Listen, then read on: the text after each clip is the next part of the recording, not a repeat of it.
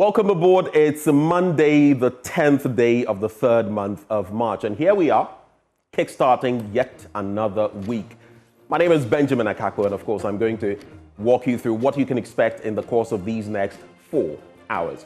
I'll be serving you the news in a bit, followed by the news review. Those joining the conversation, Alfred Thompson is a former deputy director at the NIB. Dr. Kwamina Menta Nyako is Member of Parliament for Cape Coast North. They'll both join the conversation, followed by sports with Muftau Nabila Abdullahi. And then we get into our big stories. It's a groundbreaking study conducted by American researchers in collaboration with Ghana's regulatory agencies, which has revealed alarming levels of lead in paint sold on the Ghanaian market. Lead is poisonous, by the way. Now, Joine's checks confirm that many of these paints contain lead concentrations far exceeding safe limits, with some reaching an astonishing 200,000 parts per million, over 2,000 times the acceptable threshold of 90 parts per million. So, households using these paints unknowingly, unsuspectingly expose pregnant women and children to severe health risks, including irreversible brain damage and other neurological disorders. The consequences of lead poisoning are devastating, making it crucial for consumers to be aware of the hidden dangers lurking in these products. In our latest Hotline documentary, American Paints, The Painter's Galamsey, we put the spotlight on this urgent public health hazard and the need for stricter regulations to protect consumers. Well, you want to stick and stay for that. You want to join us as well with your thoughts on all our social media handles. And in case you've used American Paint before, you might as well want to confess. Fess up, share your story so we can move the country forward. And on social media as well, we'd love to hear from you. My name is Benjamin Akako. Stick and stay for the news up next.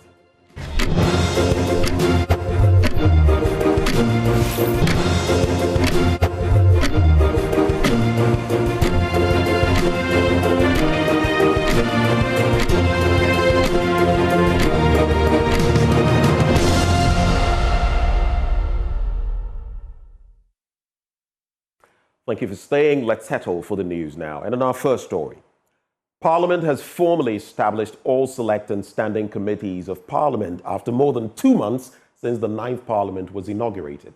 It comes as Finance Minister Dr. Kasila Tuforsen prepares to present the 2025 budget to Parliament on Tuesday. The committees will be tasked to consider the budgetary estimates of the various government agencies before the entire Appropriation Act is approved by the House. So, who leads which committee? Parliamentary Affairs correspondent Kweku Asante has the details. A full Finance Committee, which will consider a bunch of estimates of the 2025 budget, will now be chaired by Isaac Adongo, with the NPP minority tapping former Finance Minister Dr. Mohamed Amin Adam to be the ranking member.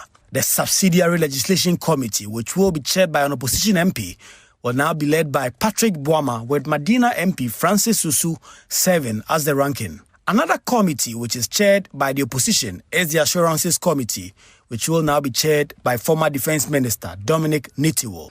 The Public Accounts Committee will also be chaired by an NPP MP, and Abna Osei Asare, a former Minister of State at the Finance Ministry, will step in the shoes of former MPs James Klucha Aveji and Kweku Menu to chair this committee tasked with ensuring the judicious use of public funds. The Budget Committee will also be chaired by another NPP MP, Kuku Kwatin. The Constitutional and Legal Affairs Committee will be chaired by returnee NDC MP Shaibu Mahama. The Food and Agri Committee will now be led by Dr. Godfred Seidu Jasso. Alhaji Collins Dauda, currently the longest ever serving MP, will chair the Lands and Natural Resources Committee, with Dr. Market Nawani also leading the Health Committee. His ranking member will be former Chairman Dr. Nana Ayew Afriye. Alfred Oko Vanderpoy will chair the Foreign Affairs Committee. Former Lands and Natural Resources Minister Samuel Abujinapo will be the ranking member.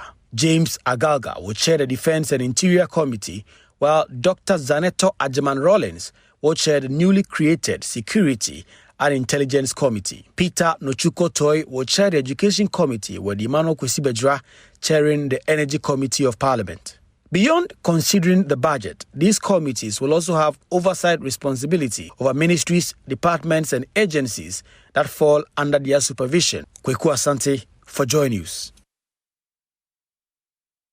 Well, staying on that subject, meanwhile, Finance Minister Dr. Kasila Tuforsen has assured traders and businesses across the country that their voices will find expression in the 2025 budget to be presented to Parliament on Tuesday. With inflation still above 20%, import duties rising, and a weak cedi, businesses have been struggling and have been demanding urgent action to improve the economy in order to sustain their businesses. Dr. Atuforsen on Saturday interacted with traders at the Makola market and assured them that there would be solutions in the budget. Via some markets, the business you man, and I'm a man to Tumpong, but the business in shake ya. Ma, Juman and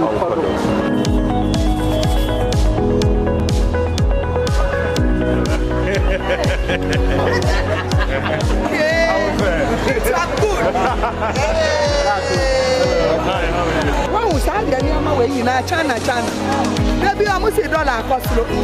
Yes, we are in the dollar Ghana. I see Missy Mama, me who Namuna Mukacha said, yes, it means to about that. Oh, no, I was to my member. After waiting, I'm to Abaman, me person black. Into your pamucho.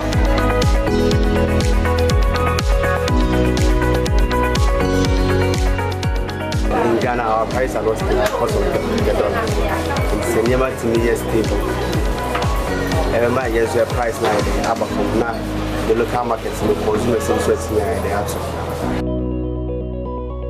Having problems in the face. Yeah, my face problem this year means to me brand track. I make one out this year. What is the problem? The problem was the price has increased. It was 1,350, but now it is 1,750. Just 3 weeks. Just 3 weeks? Yes. From 1,350? Yes, 2,750. 2,750. So I was returning back. Because wow. The price I gave it to them over there, and now that it has increased about double, I can't afford it.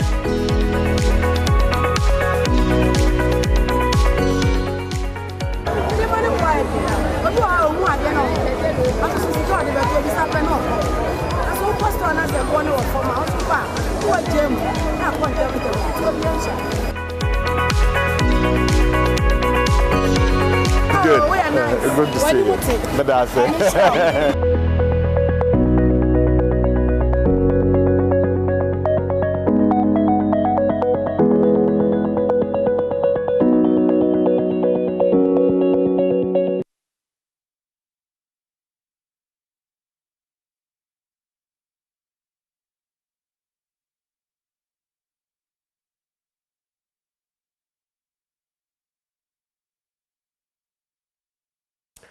Well, you heard there Finance Minister Dr. Cassiel Atuforsen in an interaction with some traders at the Makola market here in Accra.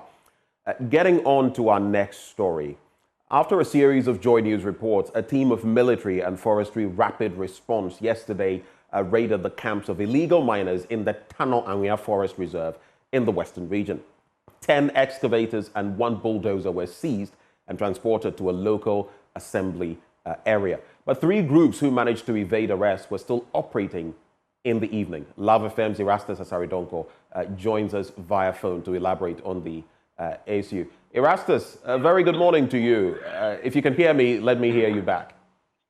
Good morning. Great.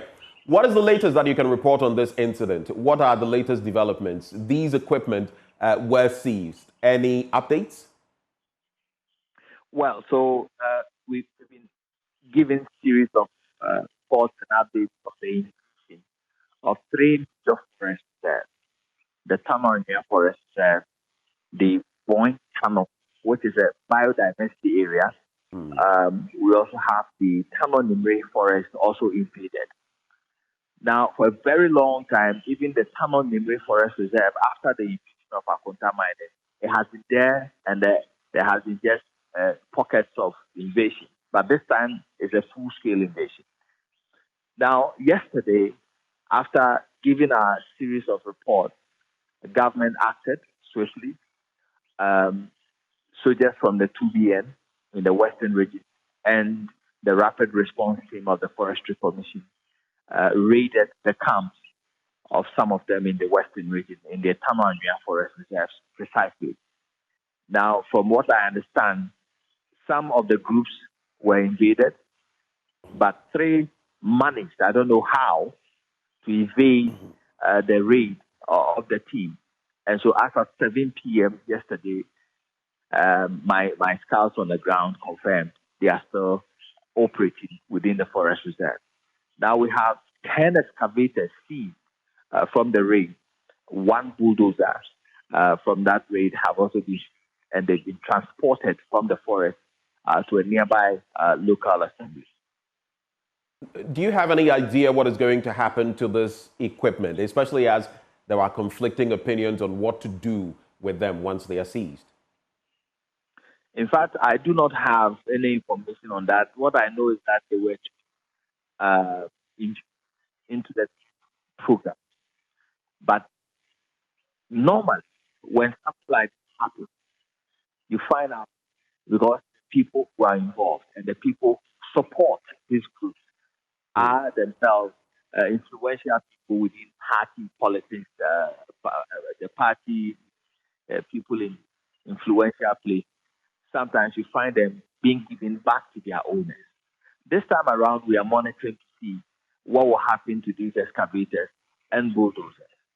And more importantly, we are also monitoring to see what will happen to the 3 other groups who are currently still mining within the forest enclave.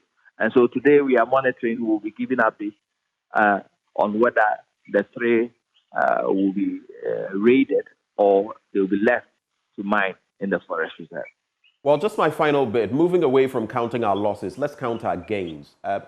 Will there be any prosecutions on the back of this, whether the owners of the equipment, when it is traced to them, or those who were engaged in these activities? Do you know? So that is why I was expecting that those who were operating these machines would have been arrested. They are Chinese collaborators who were not supposed by law to be even in the mining entity, would have been arrested. But nobody has been arrested. It's just excavated. So it's yet to be seen whether owners of these excavators will be tracked and arrested and made to face prosecution or not. Erastus, we're grateful for those updates. Very timely. That is Erastus Asaridonko, my colleague at Love FM. Let's move on from there. Students at the School of Medical Sciences at the University of Cape Coast are grappling with the impact of the withdrawal of teaching services by their lecturers. Their lecturers withdrew their teaching services about 2 weeks ago over the stance of the university authorities not to promote associate professors from the medical school to full professors, a practice the lecturers say does not align with both national and international best practices. Their lecturers at the school have vowed not to return to the classroom if the university management does not resolve the discrepancies that have left them worse off, as they put it. Abigail and Kroma Essel has more in this report. Lecturers at the University of Cape Coast School of Medical Sciences have laid down their teaching tools. Professor Emmanuel Kwabna Mesiezi, a lecturer at the school, shares the grievances with Joy News. We have just done a withdrawal of teaching service, but we are actually at work doing research and community service. University of Cape Coast has had this medical school for, I think, the past 17 years. All you could have said was, and since the start of this medical school, it became necessary to engage faculties who are medical practitioners to teach at the clinical levels. And in Ghana, or everywhere in the world, what one needs to teach at the clinical level is the fellowship of a recognized postgraduate medical college. And once you join with that qualification, you are able to rise to the highest academic level you get to. But for UCC, when it got to the point that people decided to apply from associate professor to full professor, then we got the impediment that you need to have a PhD, which nobody has. No medical doctor does PhD in Ghana. So as soon as we tried with application, we got that feedback.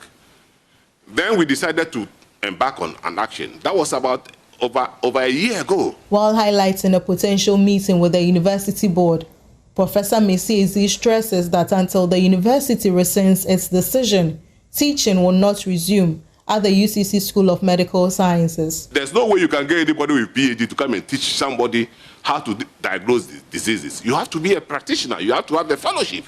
And that is what is done in all the university. University of Ghana promotes physicians with fellowship to full professor. KNUST does the same. University of Health and Allied Sciences at O, they also promote people to full professor. So with UDS in Tamale. So it's only the University of Cape Coast that is the outlier. And we don't understand. We think that we have been quite, because we love to teach and we love to impart the knowledge that we have to our students. And they are taking us for granted. I think the Vice Chancellor, Registrar, and I think the Human Resource Director met us. And at the meeting, we told them that until they rescind their decision, we're not going to call out a strike. Because we realized that there was no commitment to solve this problem. Some medical students are worried about the impacts of the strike action on the students' population. I would say it's been quite hectic on this entire student populace because we have our clinical year students going to lectures, and we see the absence of the various lectures that are supposed to take us through some of our models that we are supposed to do. And aside that, this year, the maiden edition of the Medical and Dental Council licensure exam is supposed to be coming on in October, and our level 600s, that's the final year students, are supposed to be preparing themselves towards this exam, and the clinical year students, the clinical year lectures are not available for that. Yes, so it's quite detrimental, and it's something that we foresee it can have an impact in our studies. As the level 300 students, initially we thought it wouldn't affect us, but here's the case: we are in our paraclinical studies, meaning that we have lecturers from the clinical years teaching us, so clinician lecturers. And because of this, for the past week, we haven't had any classes. Most of my classmates don't know what to do with their time. We are more of lost at this point because we are holding whether to go to class or just to wait around for something to be done. I'm hopeful that the situation will be resolved as soon as possible, because if not, it will extend our academic calendar. And currently, UCC Medical School, we don't have a lot of time. Our breaks are quite short as it stands. So if our calendar is moved forward, that means we might end up with no breaks at all, and that would be detrimental for all of us. So I hope that something is done as soon as possible. From the University of Cape Coast, Abigail Esel Nkrumah reports for Joy News. Well, staying on that beat, Joy News understands the GTEC is scheduled to meet the university's management and the leaders of the medical school lecturers to fashion out a resolution on the matter. Well, let's stay on education. Vice Chancellor of the Simon Diedong Dombo University of Business and Integrated Development Studies, Professor Emmanuel Kunchene Derbile, is urging students of the university to bear with them as they make attempts at fixing the infrastructural challenges faced by the university. The university has a plethora of abundant and uncompleted infrastructural projects dotted around its campuses, which impede conducive learning at the university. Speaking at the 5th matriculation of the university in Wa, Professor Derbile noted that while they were implementing the accelerated Get Fund completion initiative to resume construction work at some stalled projects, he appealed to the Education Minister, Haruna Idrisu, to come to their aid for speedy completion of the projects. Joy News' Upper West Regional Correspondent Rafiq Salam, who was at the ceremony, reports that the 68-year-old foundation dean of the WA campus of the University for Development Studies was among the matriculants for the law program, and he took an oath alongside his 24-year-old daughter. The Simon Diedong Dombo University of Business and Integrated Development Studies, SDDU-BITS, was established by Act 1001-2019 as a public university with the mandate to become an international acclaimed applied research and practical-oriented educational institution dedicated to the development of business and integrated development studies. The matriculation therefore held is the 5th since it metamorphosed from the WA campus of the University for Development Studies, UDS, to its current autonomous status. Vice Chancellor of SDDU-BITS, Professor Emmanuel Derbile, reminded the matriculants that they were not only admitted into the gem of the Upper West region, but a university with a global outlook. Professor Derbile, however, conceded that as a new university, it is not without challenges as it faces serious infrastructural deficits. He, however, pointed out that there is a glimmer of hope through the implementation of the Accelerated Get Fund Infrastructure Completion Initiative, which was approved by the Governing Council of the Through this program, we aim at mobilizing funds and working with stakeholders to accelerate the completion of Get Fund projects on campus and to initiate other IGF-funded infrastructure projects that are critical for enhancing teaching and learning. Key among the projects is the Otto Modern Library Complex, which was started some 15 years ago. Professor Derebele appealed to the government through the Education Minister, Harun Idrisu, to help fix the challenges. I think it's about 15 years old, and quite a number of big contractors, let's say so to speak, have handled this project. But I think we only began to see a lot of progress when the contract was awarded to a local, contractor. And so far, this contractor, Tumsung, has demonstrated so much commitment and invested. I still recall last year, his investment was up to the tune of about 20 million Ghana cedis, and a lot of the certificates are outstanding.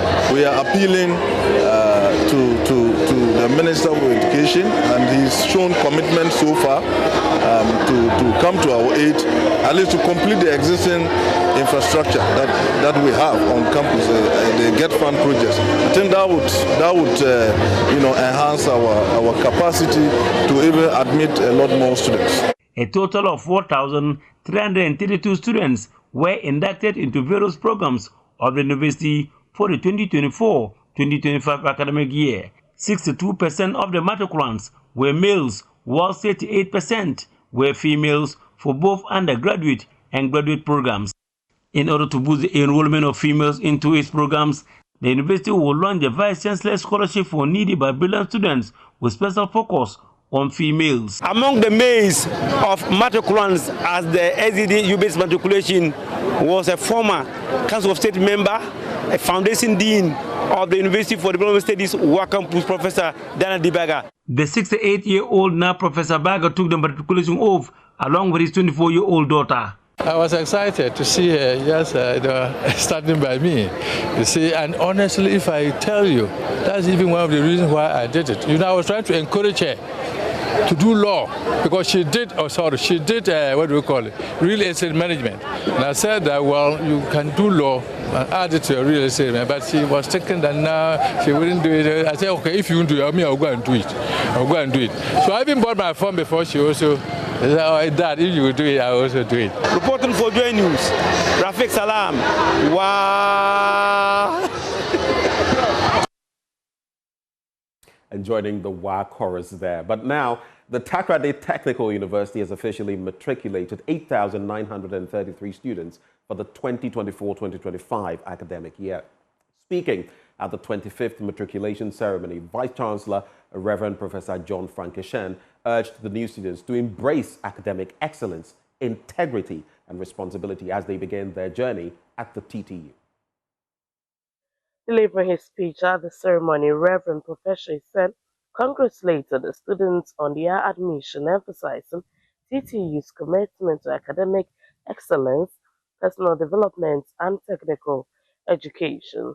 TTU received 10,717 applicants for the academic year, out of which 8,933 students enrolled. Notably, 60% of the admitted students are pursuing TVET-related programs, reflecting the university's technical education focus. Takoradi received a total 10,717 applications for this academic year. Out of this number, 8,933 students have successfully enrolled in various programs. The breakdown comprises 5,982 males,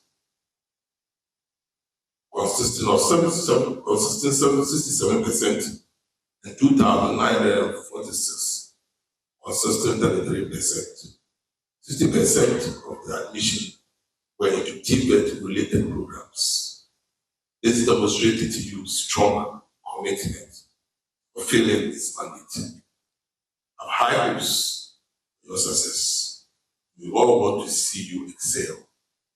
TTU is committed to providing a conducive environment for academic excellence and global exposure.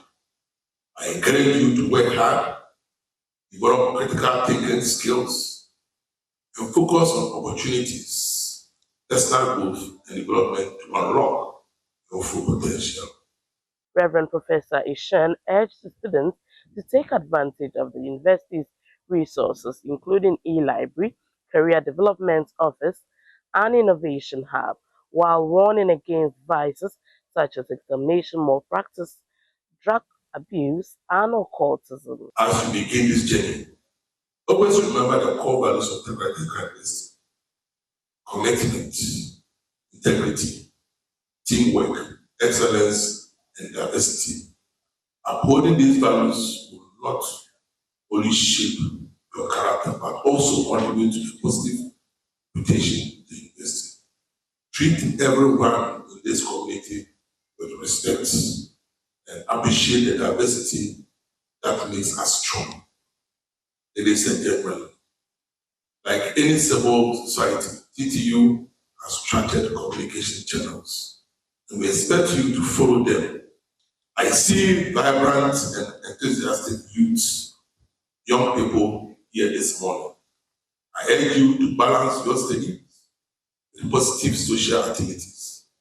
Be mindful of who you associate with and avoid vices such as drug abuse, alcoholism, promiscuity, and occultism, which will lead to your expulsion from the university.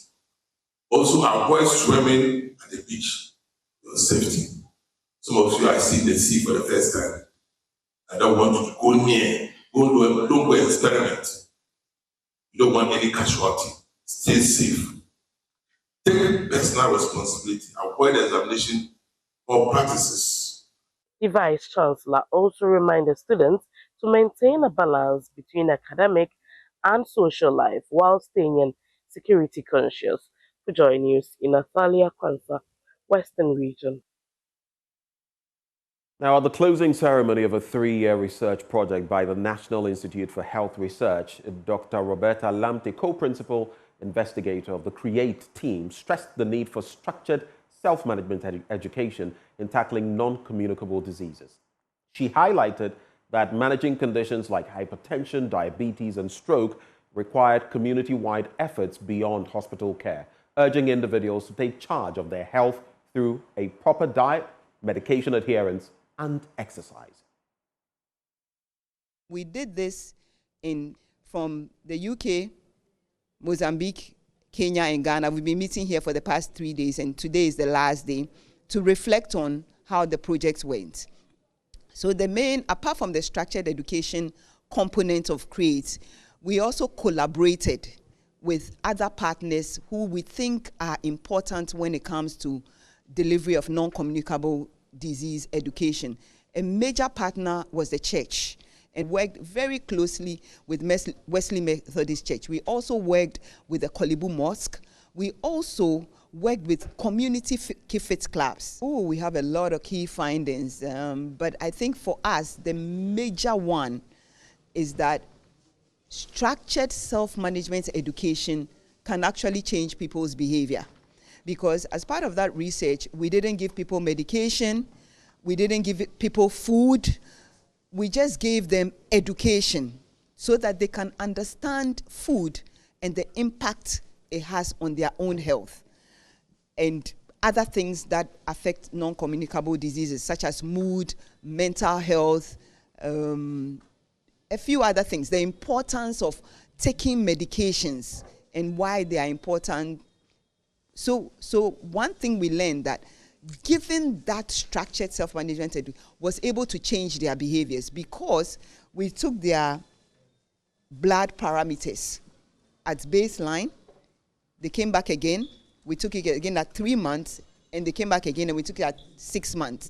We are yet to conclude with the analysis.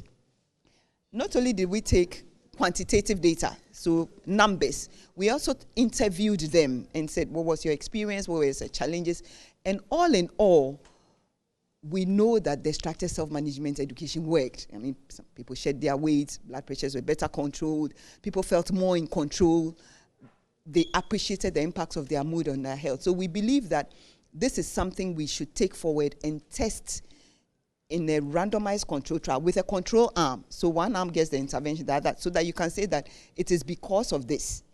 And we think that if we're able to do that and we show that it works not only in Ghana but across our other countries, we should be able to influence policy. Well, we segue right into our business update up next. Let's head into our first story as economist Professor Patrick Esuming has joined calls for expenditure and tax rationalization in the 2025 budget. According to him, beyond the scrapping of taxes and levies like the betting tax, COVID-19 tax and others, there is still room for more innovative ways of generating revenue. His concern is coming at a time when Cabinet has given its approval to the 2025 budget that will be presented by Finance Minister Dr. Cassio Attoforson to Parliament tomorrow, March the 11th. Speaking to Joy Business, Professor Esuming stated that government had to enhance enforcement and compliance. Well, I think the government has made it clear in its campaign that it's going to remove some taxes. I am extremely supportive of removing the e-levy. I don't know whether the government will go ahead and remove the COVID-19 levy and then also the betting tax. But I still feel that there's room to remove those taxes and still find ways to plug the hole. So there's been a lot of talk about tax rationalization of the tax system. I suspect that will include removing some of the VAT exemptions and then also making it more uniform. At the moment, there's too much discrepancy, different segments applying different rates, and of course, so I think all that rationalization, if it simplifies the system and remove a lot of the exemptions, I think that will help. The finance minister during the vetting made a clear point that he is not very supportive of the exemptions. So I think that is good. And then there's still room, even within VAT. We are not even collecting 60% of our potential. So if we're able to improve the enforcement and the collection, that is enough to bring us more than enough savings to make up for any expenditure, any revenue losses from those taxes. Our policy lead, Conventional Energy at ASEP, Kojo Yauche, is upbeat the construction of a second gas processing plant will augment the country's energy security while minimizing shortfalls in the energy sector. Although he welcomed the move, he was concerned about funding for the facility. Reacting to the development, Mr. Yauche said the move was long overdue. I think the second train of the gas processing plant is long overdue. This was supposed to come, I think, some 2 or 3 years after the first train was brought in 2015.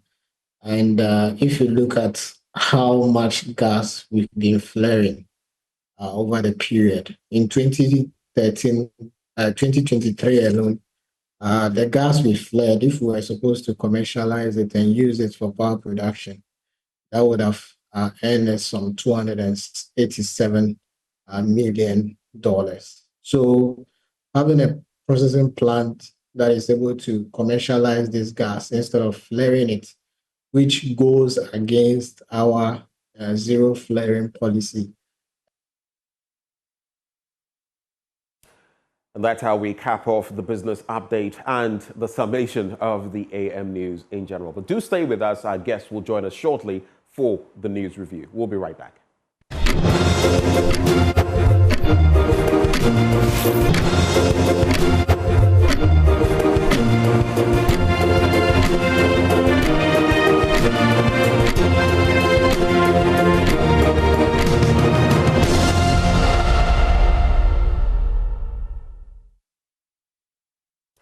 Welcome back on the AM show. It's time now for the news review, and our lone guest as of now, Alfred Thompson. He's former deputy director at the NIB. He joins the conversation this morning. Alfred, a very good morning to you, sir. Morning. How are you doing? I am well. It has been a while. You were telling me right before we came on that it had been a while. It has. What have you been up to? It was politics, and after that, we are relaxing a bit. politics and now you are relaxing a bit. We're just giving the current government about 6 months to operate. We're giving them space to at least do something before we come in. Then we're also relaxing because after a hectic 1 year, we started somewhere in February, and after a hectic one. That is the campaign? Yeah, when the flag bearer was elected. So after that, I think you need to rest because it was just on the road. And after some time, you have to look at your health too, to make sure that you have that rest needed for the next journey. So it's not been easy, but it's been good. It's been good. It's a very important point you make about health. You can't just keep pushing the body all the time. Yeah. As journalists, we know that for a fact because waking up at this time of morning, coming here every day, if you don't find ways of taking care of yourself. I just saw my henna saying that I thought he comes around age. He said, hey, he was here since 4 or something. And I said, wow. It's good, but it's not good because you can't cheat nature. Yeah. And the evening sleep is very necessary at most of the times. Yeah. It's quite an interesting bit. I slept at dawn today, sometime after 2 a.m. But not something I do often, and not something that people should do anyway. It's not the best of things. Anyway, let's get into it. But before we get into the papers, we have a tradition here where we give our guests about a minute and a half to expatiate, to talk about something they have on their mind, a burning issue they want to talk about. What will be your issue this morning? The burning issue is about the current situation of what is happening in the country, the Galamsey menace. We had a political party going through to let us believe that at the end of the day, it's the NPP that was causing this whole Galamsey thing. Last week I was reading, or was it last week or a week before, I was reading in the... People said it was the NPP causing the Galamsey thing? Yeah, they said it's the NPP kingpins. That's why we can't stop it. And just last week or so, the lands minister, Honorable Amabua, is behind his or opposite his office. There we could see the Galamsey going on like no one's business. So you ask yourself... Behind whose office? The lands minister. Hey. Yeah, in his hometown. I see. Okay, so you mean his party office? Whether party or it's his office. Okay, I see. But the question now comes that, do we make political capital out of this? You see, when you are governing a nation, you try as much as possible not to politicize it or do propaganda, as we usually call it. Because at the end of the day, it affects everybody. Let us come together and see how we can tackle this once and for all.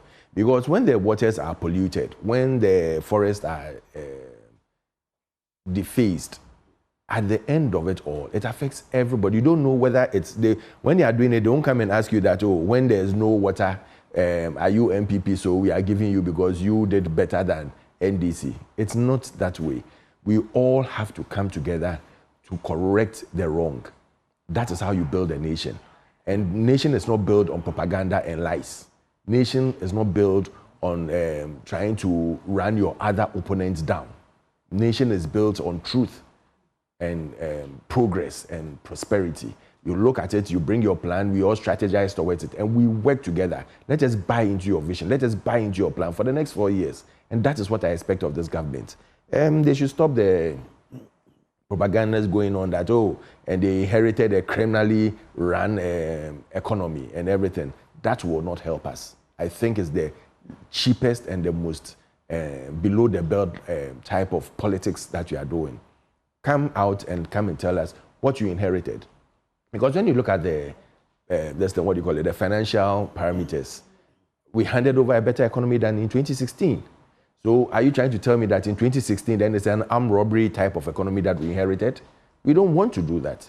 We want to make sure that before we depart this earth, we've given our children some platform to project on and make sure that we become better than the other nations. And I believe that Africa it's gotten to the time African has to transform and go faster and better than the European and other countries. We can do it. And when we make our minds that we want to do it and work together, we should be able to do it.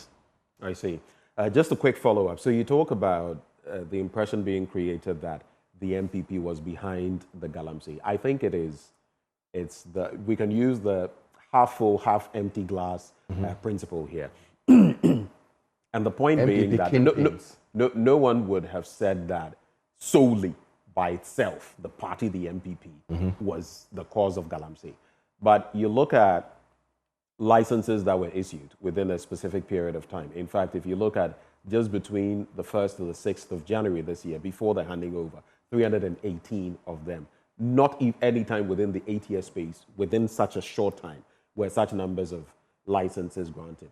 Then you look at, I had an interview with Nana Kumia of the STC, and he admitted at a point that, listen, in 2020, we came to the realization that part of why we had lost was that we were doing some work in the Galamsey-related areas, and we were punished for it. Though, if you look at it technically, that may not necessarily have been the case, per some of the data we brought to bear. Then you would have the likes of Chairman Wuntubi and his Akunta mining, and some of your party members have pointed out maybe part of why you're lost, displaying bars of gold on radio, on TV, and all of that. A bar of gold, not bars. Well, it wasn't once. A bar of gold, sometimes with a huge gold necklace. No, but he always has necklace. But if you look at those metrics and what we saw, where Erastus will go there, or Hemingway will go into the forest, and then they'll get calls, hey, get out, and all of that, versus everything else that we expected. Is it wrong when people say that you bear some blame for all of that? So let me give you this scenario. One, people were doing Galamsey. Then we said, let them go through the right route. So you issue license to them and you monitor them. If within a space of even 1 month, people have gone through the process and they need to be issued maybe 300, 400, 500 licenses, do we say that, oh, because we have lost elections or because it's an election year, we shouldn't give them the license and allow them to go and do the wrong thing? Is that what we want as a nation? These are the questions. These are the questions. 6 days to handing over. For some reason, you had to rush through 380. You didn't rush through it. It's a process. I see. It's a process. It doesn't take one day. And you can. I believe the Minerals Commission CEO has been here several times, and he explains how the process works. And it takes time. I strategically went through one of it. I didn't want the license to do anything, but I wanted to see how it works. And they took me through the whole process. When I got to there, I said, seriously speaking, I don't see myself going to do mining or whatever you call it, as we term it, Galamsey. So I just wanted to see how it is. So when you are talking about it, you understand and appreciate. They go, they look for the place, they give you every necessary step that you should take. Let us not, when you look at the total number of licenses that were withdrawn and those that are working, you realize that we didn't give much. We didn't give much. You gave 2,000 plus. So far, how many licenses have been given ever since? Within the period that you said. We should look at it. In fact, I have the data. No. Yeah, so you can read the data out. We should look at it in entirety. I can pick it up, but I'm saying I can also pick it up from my phone, but we should look at it in entirety. Preceding this NPP's administration, the past NPP administration, there were actually just double digits and then hundreds. In fact, when you took over from the erstwhile administration, I can fish it out because I've used it for my blunt thoughts before. And then all of a sudden, we got into I think there was, I don't know whether there was up to 1,000. The total and given, then this time the round, total it was given close to 3,000. as against the revoked ones, when you plus and minus, it's not even up to 800. I see. Plus and minus. Because when people are not doing the right thing, you revoke it. So all these things go into play.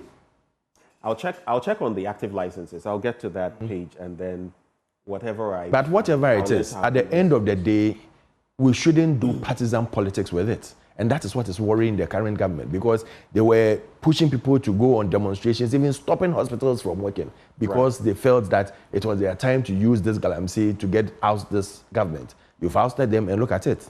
Now, now we are believing that it's even becoming worse. For a minister to come and tell us that, 9 out of how many forest reserves are a no-go area for the government, it leaves much to be desired. I want to let go of the issue, but if you say they are no-go areas, we've seen areas where even the military are outgunned, places where under the MPP's administration, you didn't go either. So we didn't go how? We went there. That's why you are saying we went there. We went everywhere. To the point where Forestry Commission staff were even afraid to go into certain places, because if they went there, you don't use Forestry Commission staff. You don't use Forestry Commission staff to go there. I'm just using them as an example. Yes. That if Forestry Commission staff alone are afraid to go into areas where they are supposed to protect. What does that tell you? But let's move the conversation forward. Where were you when the people were entering? When you are at post and someone can't enter, but when they enter your house and they take over, now you want to come and take over from them. Right. So people should sit up and work. All right. As for the work, definitely everybody must work so that we get to where we want. But let's get into the papers now, and I'll start with the Daily Graphic newspaper. Yeah. President Mahama begins a visit to Alliance of Sahel States, makes first stop in Mali. Aminfiman Bank unveils 500 million Ghana cedi collateral-free loan package for MSMEs. There's closed down cement factories producing substandard products. Trade Minister authorizes GSA. This story. I remember when K.T. Hammond was Minister for Trade, I believe. He was contemplating some of these issues. At a point, it came to the fore where we had, I do know there were some Chinese cement production entities, among others, some in the Ashanti region and others, engaging in this situation. And here we are again. I think our systems are very porous. 2025 budget tomorrow aims to address hope, aspirations of citizenry. And then on the back page, hearts subdue young apostles, Kotoko honor late fan with victory. And Krobia Kumasi Asante Kotoko, my Krobia Kumasi Asante Kotoko. I don't know which team Alfred supports, but my Krobia Kumasi Asante Kotoko. Hearts of Oak. Let me see where you never say die. Hearts of Oak is in third. Okay, let me see the point log. 36 points and 37. And your Krobia as well. Oh, we are first with 37. We've all played 20 matches season, each. yes, don't worry. We've all played 20. Next season we'll take over. It's a go come thing. Oh, but this is only 1 point, so it's anybody's game. Okay. So the Minister of Finance, Dr. Kasielato Forson, will tomorrow present the government's first budget to Parliament, in which many of the initiatives meant to reduce the cost of living and doing business are expected to be announced. It will mark a significant milestone in the new administration's quest to reduce specific taxes, undertake widespread economic and social reforms, and introduce initiatives that will stabilize the economy, generate revenue domestically, and spur shared growth. The 2025 budget and fiscal policy, which has already received cabinet approval, aims at addressing the hopes and aspirations of Ghanaians. The Minister of Government Communication, Felix Kwachiofosu, told the media last Friday. The upcoming budget is expected to provide a comprehensive assessment of the country's economic situation, with particular emphasis on what the current administration inherited from its predecessor. And that's a crucial point. I'll not get into it. It's a long read, but we also know that he was visiting Kayaye and other traders at the Makola market in recent times, getting their thoughts on the pinch they are feeling and what their expectations are. Are you expectant of anything different, anything monumental when it comes to the budget reading tomorrow? Oh, yes. I expect them to cancel the e-levy and bring the taxes down. That is what I expect from them. Bring taxes down? Yeah, as they promised. Which taxes? They promised us that they're going to reduce taxes because MPP had given a armed robbery tax system. I remember when they were leaving office, the total tax individually at the port was about 18 of them. We took so many taxes off and we brought some back after the COVID situation, which has given us about, I think it's about 18 or 19, just about the same distance. But they were saying that, because in our time we reduced 15, we took 15 nuisance taxes off. They also want to take some taxes off. So we are waiting to see. I'll be very glad if they could do that. It shows that they stand by their word. And I hope that within the 4 years, when they take the taxes off, they wouldn't bring certain taxes back through the back door. I pray so, and we are watching and waiting to see. Because I keep on saying, you don't run a country on propaganda. You don't run it on your whims and caprices. Right. You have to run it as it should be, and that is what you expect from them. Right. So, going to see the market women, the budget is more or less. You see, the budget takes time to be done. It's a whole process. If the budget is going to be read when? Tomorrow, is it tomorrow or Wednesday? Yes, tomorrow. Tomorrow. And last Friday, when did you go to the market? Thursday or Friday? You went to the market to see the Kayaye. You've already done most part of the budget. So we're going to see them. Is it on like a propaganda type of thing? Is it like to show them that, oh, you have faith and you are going to listen to what they say and put it in the budget. If Dr. Amin Adam, when he was finance minister, if he did that, would you say it was propaganda? Was it propaganda when the former agric minister was bringing plantain and yam and stuff to the ministry for people to buy? Was that propaganda? He used that situation because he wanted people to see that the prices that they bring down here are way high than the prices that they get from the various farm gates. So he wanted people to see. It wasn't propaganda. He wanted people to see, and that is practical. I'm only asking as much as no. This is propaganda. As much as I felt that, listen, we had all these what do you call it? The yellow kiosks, the food and the Ghana Food Distribution Company. That is where he should have used. He should have rebuilt that place and used them to bring the foodstuffs down, so that the market prices will come down. That is what I expected. But he wanted to start with this, what do you call it? This Ministry of Agric brought it there, people were buying. But for how long? That is the question. For how long can it go on for? You can't use the car park for forever as a market. So you start, but it was just to show people that. Fine, he's gone to this has been done before. You remember Barredu did it when he was bad. Kojo Barredu. He did it way before going to sit down and plan on the budget. It isn't when you are coming to read the budget about 5 days before reading the budget, then you go and go and meet market people. What are you going to add on it? What are you going to add to the whole budget that you've already done? Because it's a process that has been put in place. At time we were most of the time out of office, and we'll go and sit together. We put everything into place before the budget is read. And there were town hall meetings to explain and express the opinions that are ongoing, so that it can be put in place. Fine, it's a nice idea. It's good that he's doing that, but I believe that he should have done that earlier on. All right. Just a little bit on reduction in taxes, because we are here to inform. I don't know, though, the bit about they would... I do know that they said, and they here being the NDC, the betting tax, the COVID-19 levy, the e-levy would go. Yeah. As for any talk about reduction in taxes, you would have to school me. If it's going, it reduces your tax. Because if it goes off, it reduces your tax. But you see, you have to put it into context. You mentioned those, and then you went on to say that they said they would. So in totality, reducing in taxes, reduce taxes. It sounded as though apart from those, no, it's part of the list that they've mentioned. All right. Then you clarify. That is what I expect them to do. Okay. I expect taxes to come down. When we were coming into office, we said we are going to reduce all the nuisance taxes. We took off about 15 taxes from the distance. When they were taxing cutlasses and condoms and everything, we took all of them off. So these are things that we expect them to also do. That you said we are going to make sure that these taxes are off the books. And so it will reduce the tax burden on the Ghanaian. We expect that from them. All right. You expect that from them. They said at the harbour, they were going to make sure that the taxes at the harbours are down, isn't it? So we are waiting.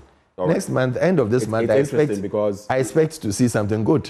Last year, last month, I beg your pardon, some port workers were complaining, not necessarily about our systems here, but about delays in the system, and then some charges, yes, but also from the foreign end. You know, a lot of it is not owned. It is not owned demurrage in Ghana, and which over 95%.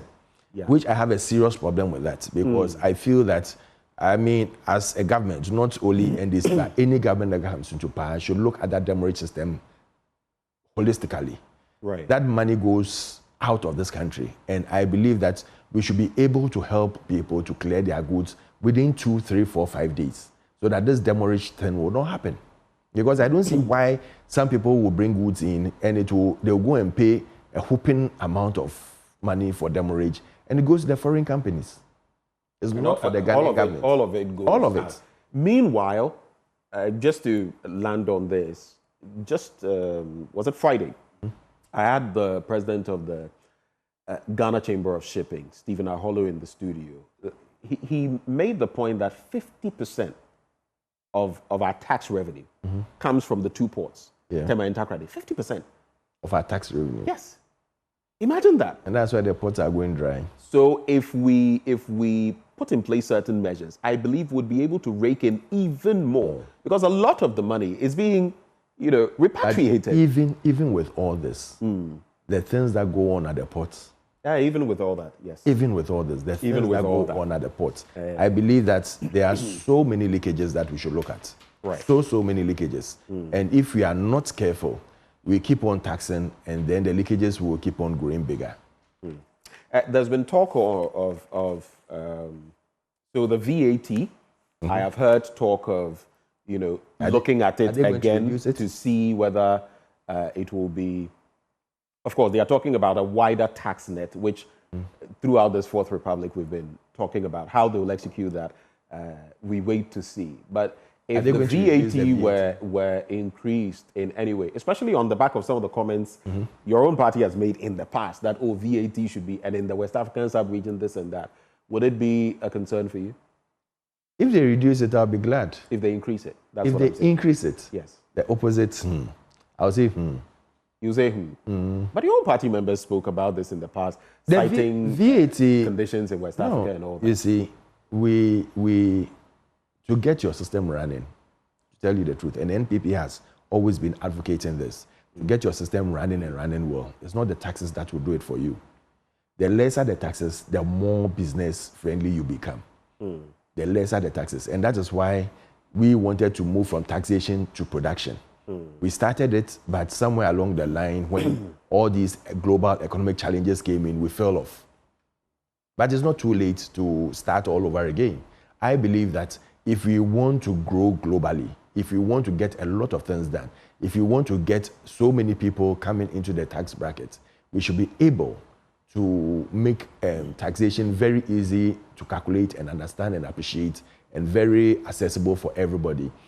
I remember when we were on the campaign trail, Dr. Baumia kept on saying that you should be able to sit down and calculate like other countries do, that by the end of this year, I should be paying maybe 1 million Ghana cedis tax, 100,000 Ghana cedis tax.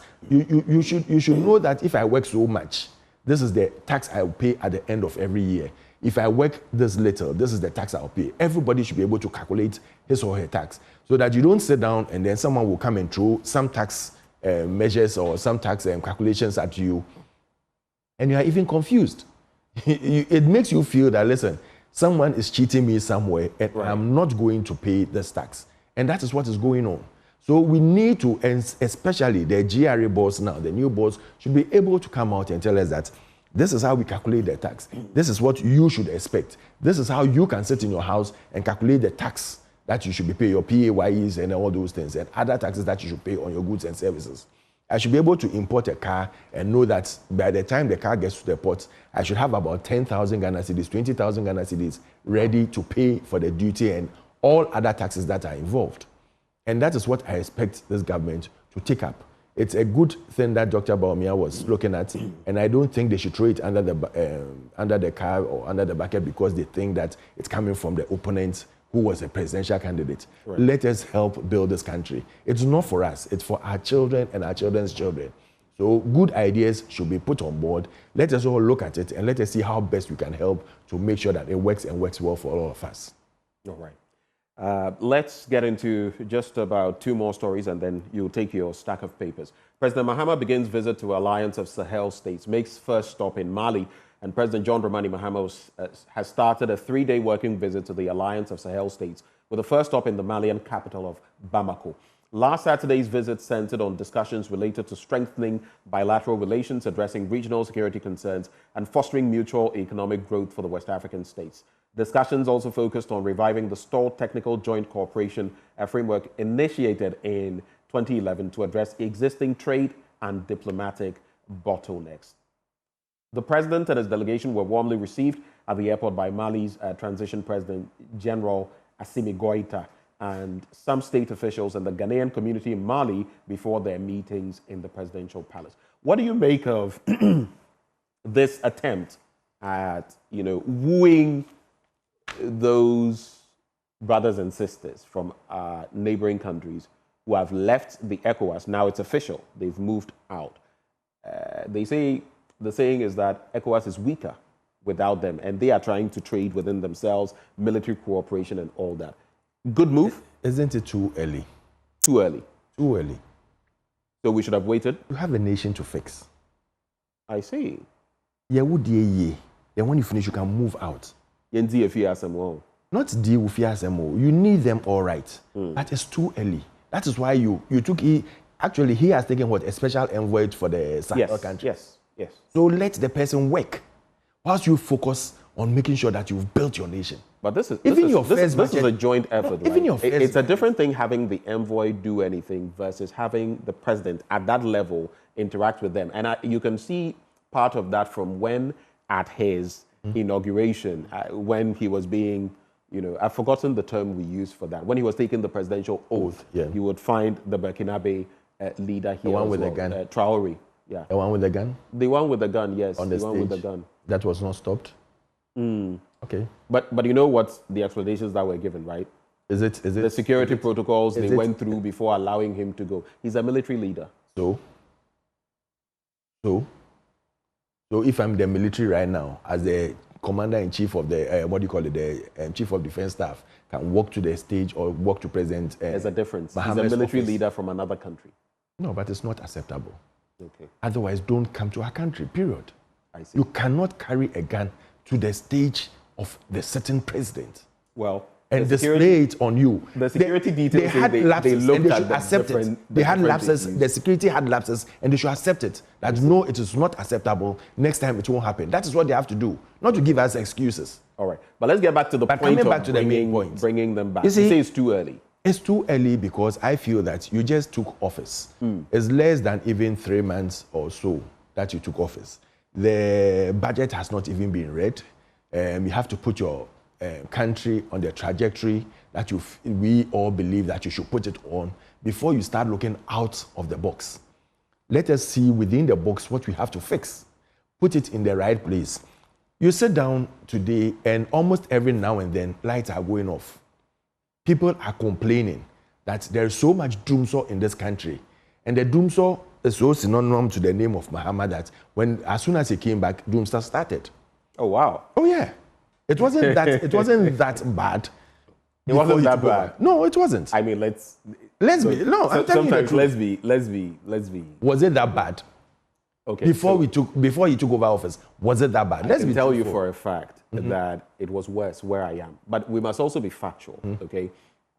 For me, for maybe... Where do you stay? I can't reveal that for security reasons. In fact, I've moved recently. Oh, but after the Sahel person taking the gun, you have security reasons for that. Well, I have my security reasons. I am not. But the point being that, to be fair, there were many more places last year that were seeing power outages. My area, I'm seeing many more now. If I may. I'll let you land. I was experiencing quite a number of power outages. This year, I've been experiencing power outages, but for about a month now, I've not experienced it. What I don't know is whether no, even where I moved to, at a point intermittently, sometimes it will go off 30 minutes, 1 hour, and then come back, sometimes at night, because I used to note, and I talk about these things, so there's no hiding anything. However, for a period now, it's not been going off. What I don't know is whether maybe when I'm out of the house, there's a power outage. That I can't verify. But when I'm at home... You can verify. Maybe some neighbors could. Yeah, you can verify tell. with your neighbors. But I've not followed up on that. I know other areas, though, which are having consistent power outages.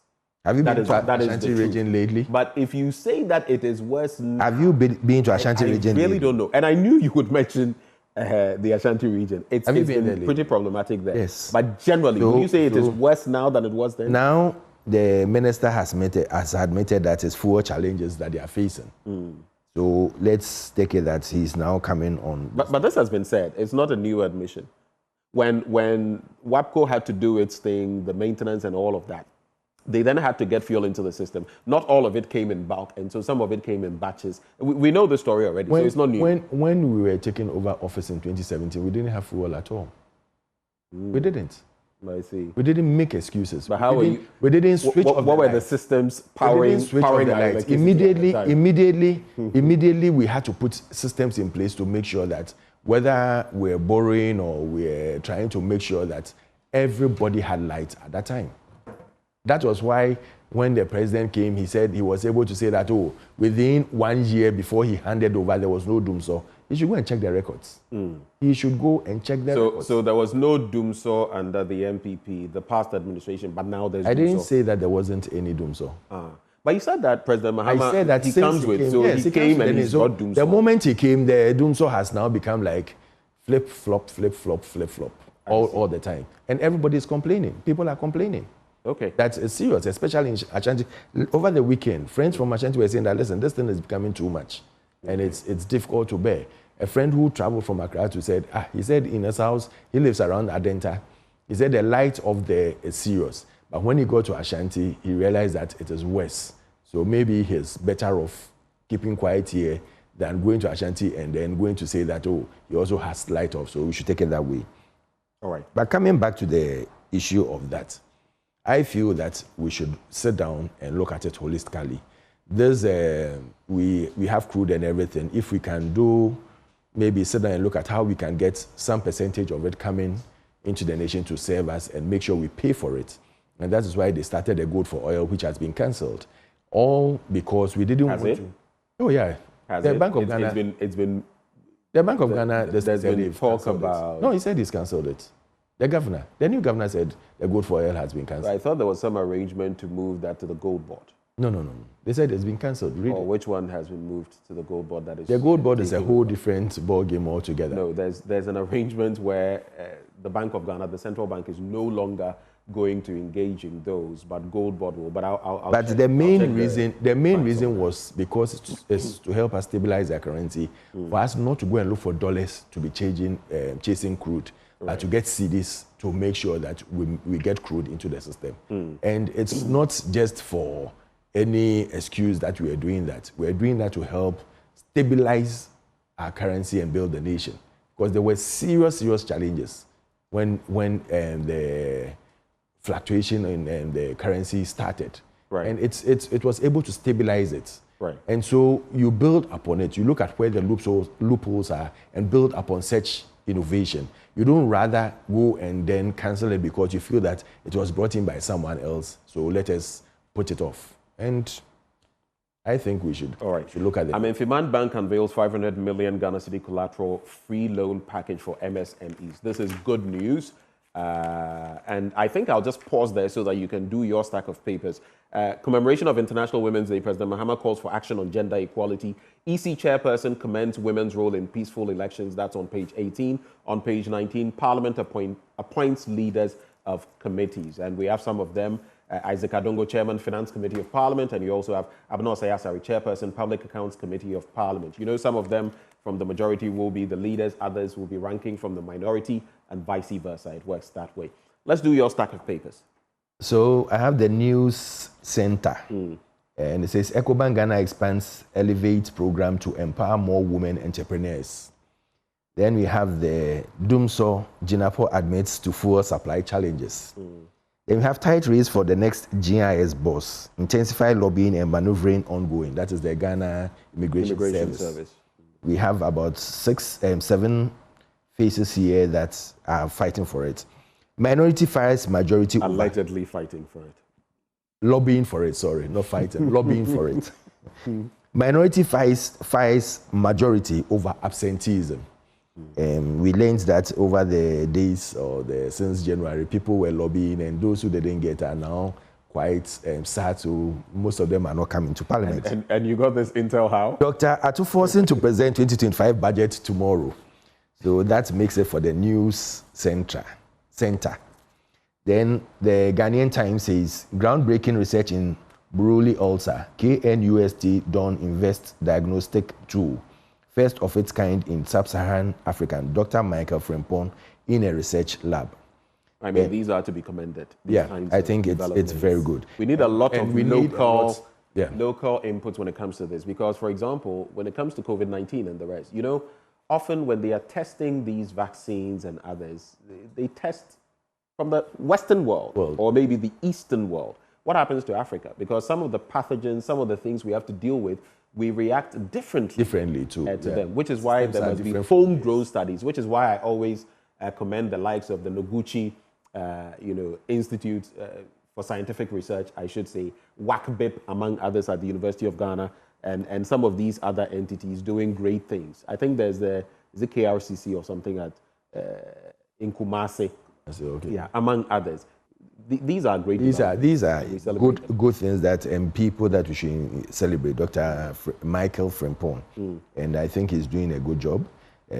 People should be given the due where it's due, and they should be seen and talked to. I believe maybe very soon your station will call him to have a one-on-one with him to see where he started from and how he's gotten to this stage. Right.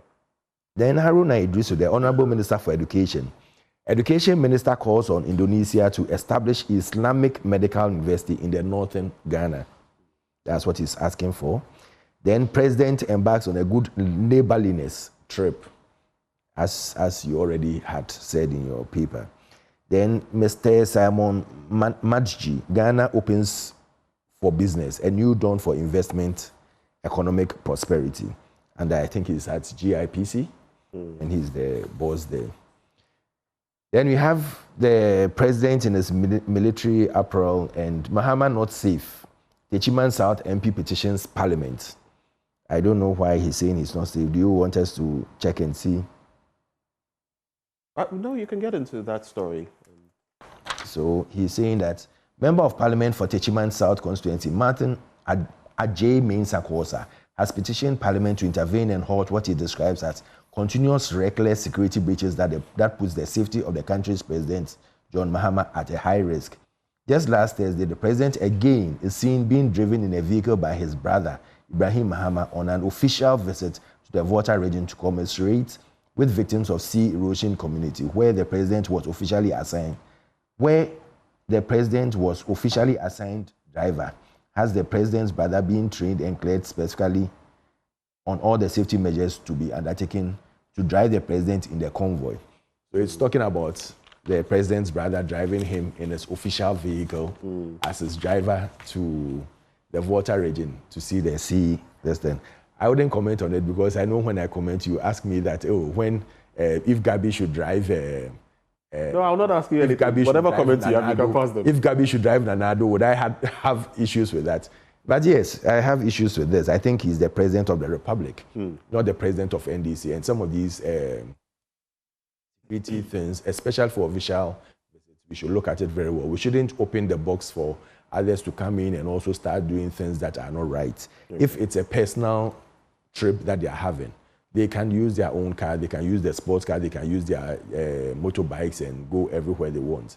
But once it becomes an official trip, it's part of the president's duty to make sure that the trained driver is given to him to take him wherever he's going. And that is very necessary. I think we should take serious look into some of these things and plead with the president to do what is right so that others will not have things to say. We have a country to run and there are issues that we should delve into. All right. JB Dankwa gave us the name Ghana. Stop the evil lies against him. Afenyo Markin says. And then Fortune Alimi unveils the daily gist. Bole bans expensive Islamic weddings. That is Bole Bamboy.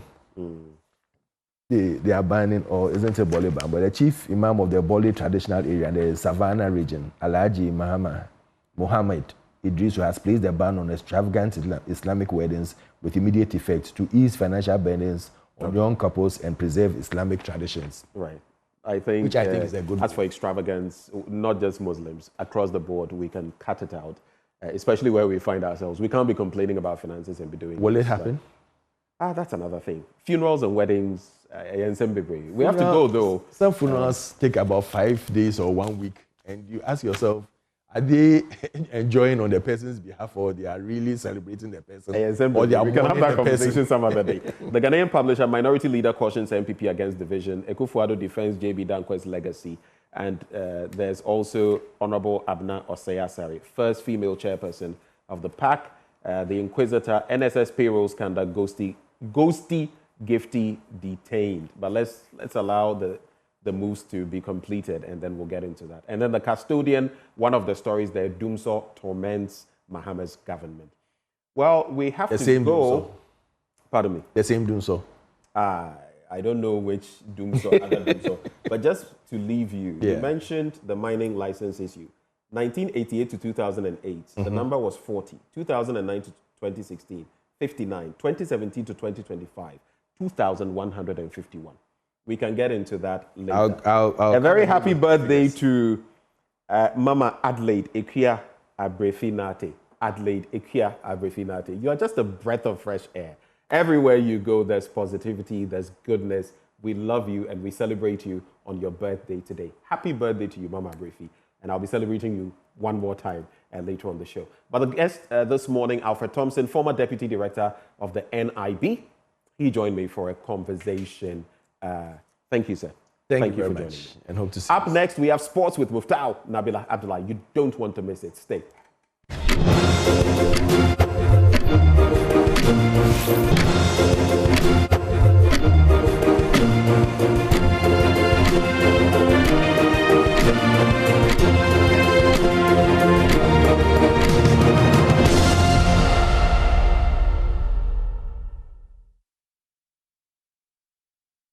We bring you sports now on the AM show with me, Muftau Nabila Abdullah. You would recall that last week, Joy Sports brought you a report about the Ghana Football Association procuring 9 buses and handing them to Logistics Company Limited to be cleared at the port.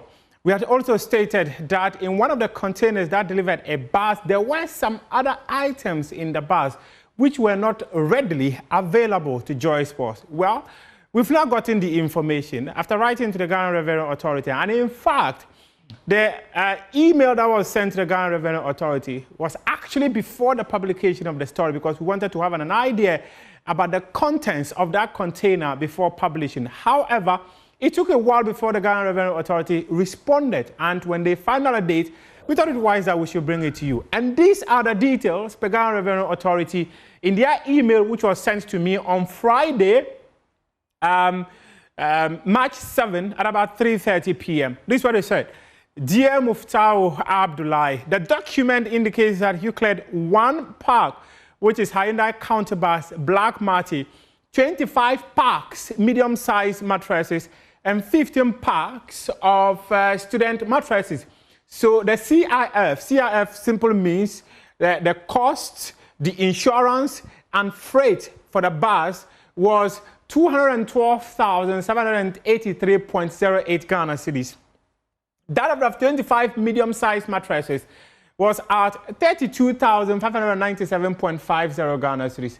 That of the 15 packs student mattresses is at 14,027 Ghana cedis, 0.29. And the total duty on the vehicle was 72,116.10 Ghana cedis. Now the 25 medium-sized mattresses was 17,000.86 Ghana cedis. And now the student mattresses was 7,311.63. Total duty on the content of the container is thus 96,972.46 Ghana cedis. We hope this finds you well. Kind regards. So these are the details of the content that was found in one of the buses procured by the Ghana Football Association and cleared by Logistics Company Limited, which happens to be belongs to the Chief of Staff of the Ghana Football Association, Michael Osekre. So it was his company that cleared the buses that the Ghana Football Association procured. What we cannot readily tell you is what the mattresses are meant for, because 25 medium-sized mattresses and 15 student-sized mattresses takes us to a total of 40 mattresses. We cannot tell whether they are meant for the revamped Ghana Man Soccer Center of Excellence or they are meant for a different purpose. We can't also immediately tell you whether the other containers that delivered the other 8 buses also had mattresses and other stuff in them. We are still chasing for that information, and as and when we get it, definitely we'll be here to share that with you. Now, let's bring you some highlights of matches that were played in the Ghana Premier League after it returned, having taken a break for about 5 weeks following the demise of Kumasi Asante Kotoko supporter Nanaya Frimpong, alias Nana Pole. The Ghana Football Association ensured that the Premier League resumed this weekend, and Kumasi Asante Kotoko, they were at home against Legon Cities. They won by 2-0. Accra House of Folk were also at home against Young Apostles, and they also won their game by 2-0. Go for the highlights of these matches. It's Yao Frimpong. Yes, Legon City is also posing for the picture. Was kicked out of the national team following the fact that he's not been consistent with his club side. So there we go for the first 45 minutes here at the Babayara Sports Stadium as Kumasi Asante Kotoko taking on the Royals, Legon Cities. Down for Joseph Ablo. Here's Babayara. He's going to get ahead of him, but decides to go for straight back for. That's a lovely hit, but again it's stopped by Kwame Aziz. Rebound and double save from Kwame Aziz. Can you believe it? Lovely idea. Tenedo, that's a lovely shot on it. Clever goal from Kumasi Asante Kotoko. And guess who? It's Patrick Kasieru. It did it against the Ghana Stars. And I've done it. Brilliant goal from Patrick Kasieru. Oh, just look at it once again. Took his time. Spotted goalkeeper Kwame Aziz and hits it. This a crazy run. Kwame Poku. But again, Aaron Cote saves the situation. 10-8. Kwame Poku, but not the best of header. Comes up into. The referee thinks it's not a penalty. A hit. And it looks like this too. Who walk to it? He's been silenced in the game. This is another opportunity for him to announce his presence so far. Scored twice against Vision FC, did against Medium, against BBN at the scene. Kwame Opoku. The Royals will find it very difficult to get back into the game, but look at that.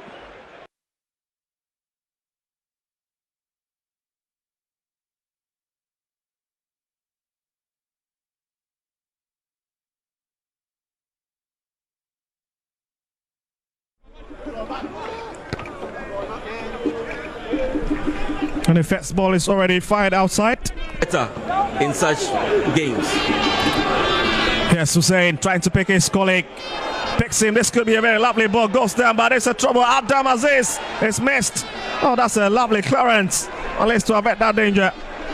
That was a quick counter-attack from Accra Hearts of Oak. I think they should have done better with this chance.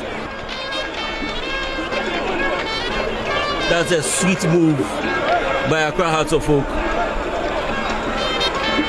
They should have done better with this chance.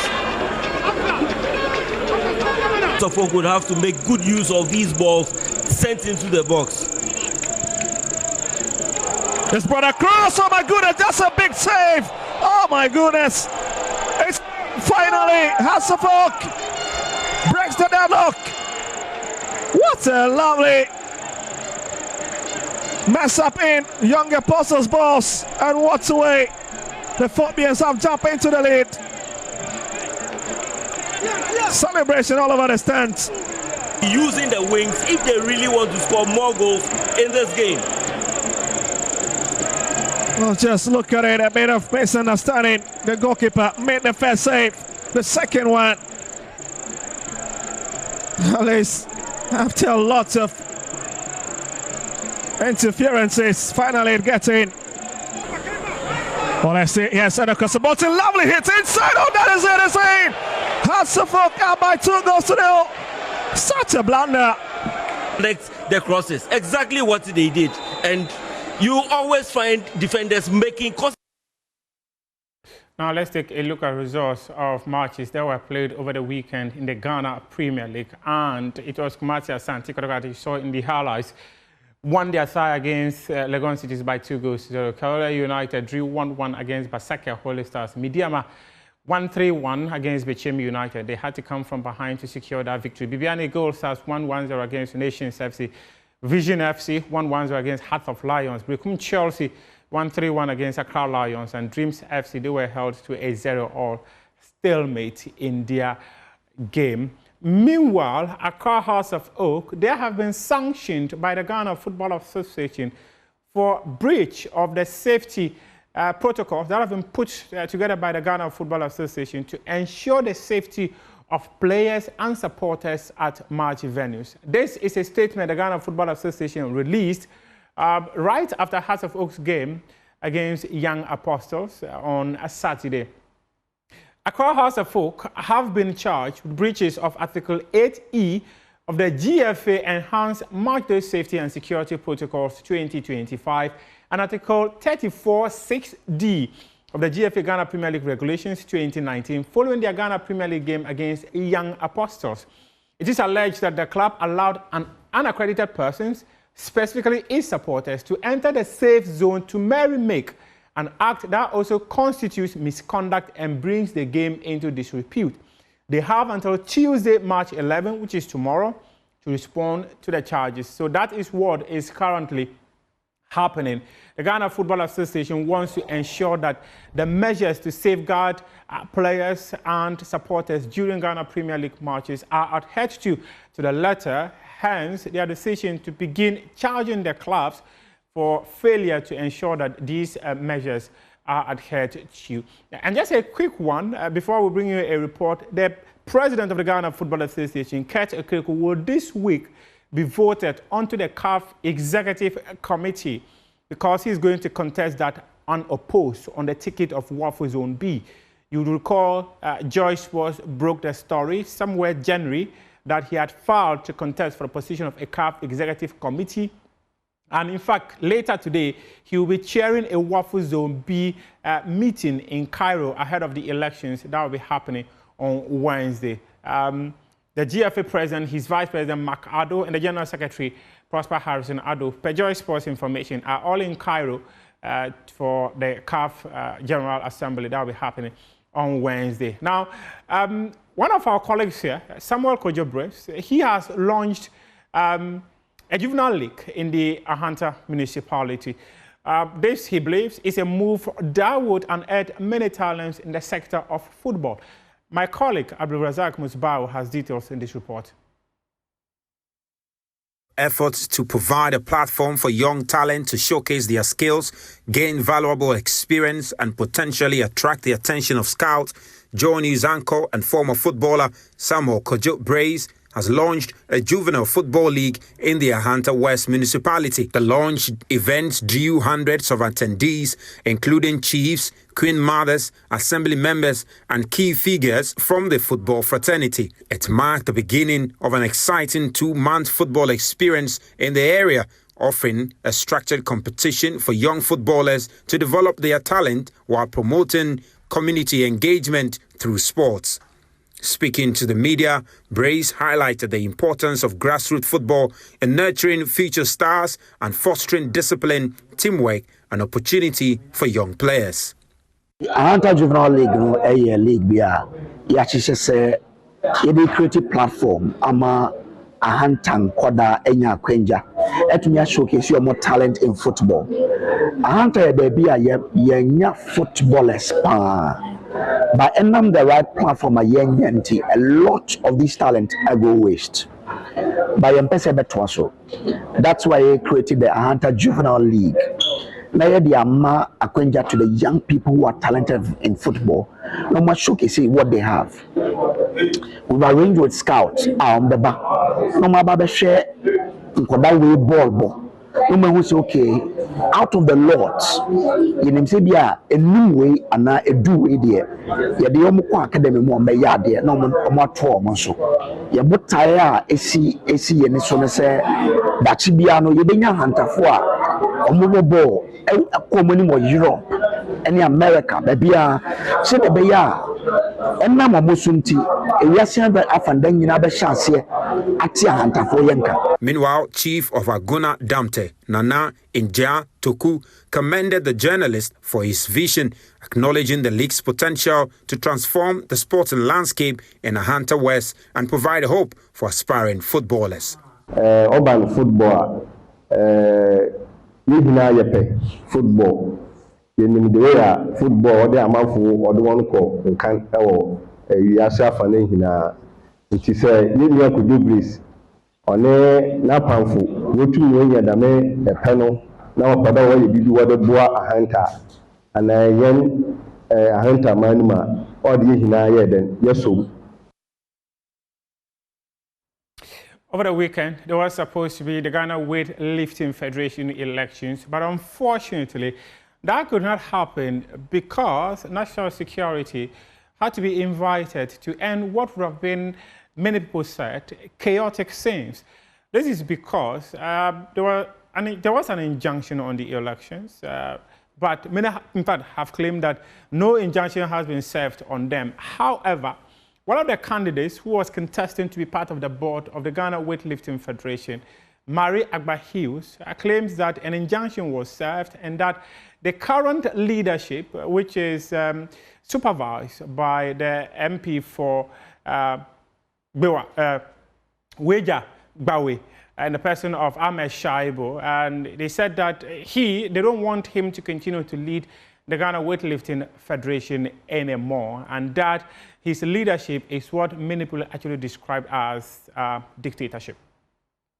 Supposed to have a weightlifting elections to elect a new president, but there was an injunction sent because the electoral committee was basically running an illegal election because the board for the Weightlifting Federation had their term run out on February 18th, but they were still going to go ahead with the election. So I believe the contesting party, which is Michael Nee Ananya Boy, filed an injunction because he was trying to do the right thing, but the other party was trying to do the wrong thing. So we're here today, and there was a little bit of commotion because they still wanted to have the elections regardless of the injunction that was filed. I contested to be a board member because I'm tired of the games that the board members play and take the athletes' lives for granted. So I wanted to be included in this. So I was looking forward to a fair elections. Some guys were here that were not supposed to be here. The national security came in and cleared everybody out because they were trying to still have the elections. So basically that's what happened today, and we weren't able to have the elections at all. It's been called off, the injunction has been filed, and we're looking to see the right thing done in terms of a new election committee and all that. So hopefully the right thing will be done now that people have seen that weightlifting is very, very crucial. It's important. Everybody's really, really upset with how things have been run in the past. We don't want Jerry Ahmed Shaib as our president anymore. And if he's going to continue to try and win this election one way or the other illegally, we are hoping that everybody will wake up and see that this is not the way to go. We're tired of this.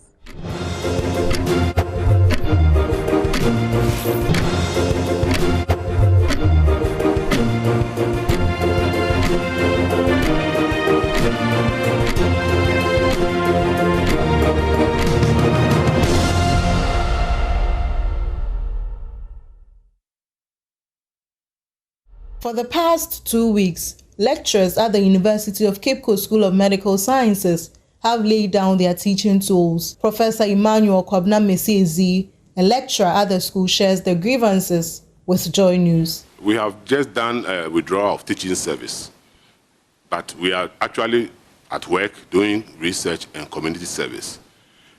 University of Cape Coast has had this medical school for, I think, the past 17 years. And since the start of this medical school, it became necessary to engage faculties who are medical practitioners to teach at the clinical levels. And in Ghana, or everywhere in the world, what one needs to teach at the clinical level is the fellowship of a recognized postgraduate medical college. And once you join with that qualification, you are able to rise to the highest academic level you get to. But for UCC, when it got to the point that people decided to apply from associate professor to full professor, then we got the impediment that you need to have a PhD, which nobody has. No medical doctor does PhD in Ghana. So as soon as we tried with application, we got that feedback. Then we decided to embark on an action. That was about over a year ago. While highlighting a potential meeting with the university board, Professor Mesiezi stresses that until the university rescinds its decision, teaching will not resume at the UCC School of Medical Sciences. There's no way you can get anybody with PhD to come and teach somebody how to diagnose diseases. You have to be a practitioner. You have to have the fellowship. And that is what is done in all the university. University of Ghana promotes physicians. And to kickstart our big stories, we focus on that issue as students at the School of Medical Sciences at the University of Cape Coast are grappling with the impact of the withdrawal of teaching services by their lecturers. So what's the situation? Their lecturers withdrew their teaching services about 2 weeks ago over the stance of the university authorities not to promote associate professors from the medical school to full professors. And that's a practice the lecturers say does not align with both national and international best practices. So their lecturers at the school have vowed not to return to the classroom if the university management does not resolve the discrepancies. And we also know the GTech has also waded into the issue. But joining us for a conversation now, we have Ankoma Kofi Aaron. He is president of the Medical Students Association in the University of Cape Coast School of Medical Sciences. A very good morning to you, sir. Aaron, can you hear me? I can hear you, sir. It's a pleasure having you. You'd have to speak up a bit for me. We have painted a picture of the situation, and for some 2 weeks now, this has been the situation. What has it meant to you, the medical students? So thank you very much for having me this morning. For the students' body in the medical school, it has been a dire situation. It has been a dire situation because we run a very tight academic calendar, and things are scheduled to be done on specific times, which helps in our training, helps groomers in our training. And that is where we are right now. So currently, because of the halt of the lecture, the academic calendar that was supposed to be progressive is at a stage still right now, and it's impacting us a lot.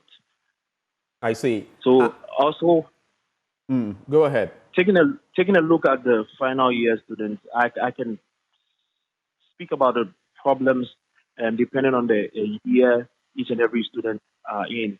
And I can speak for the level 600 students who are supposed to be writing their final exam this year. And it's very imperative they get the various doctors of the various disciplines to continuously groom them and shape them whilst they get closer to the exam. And this strike is happening. So it's quite a big issue.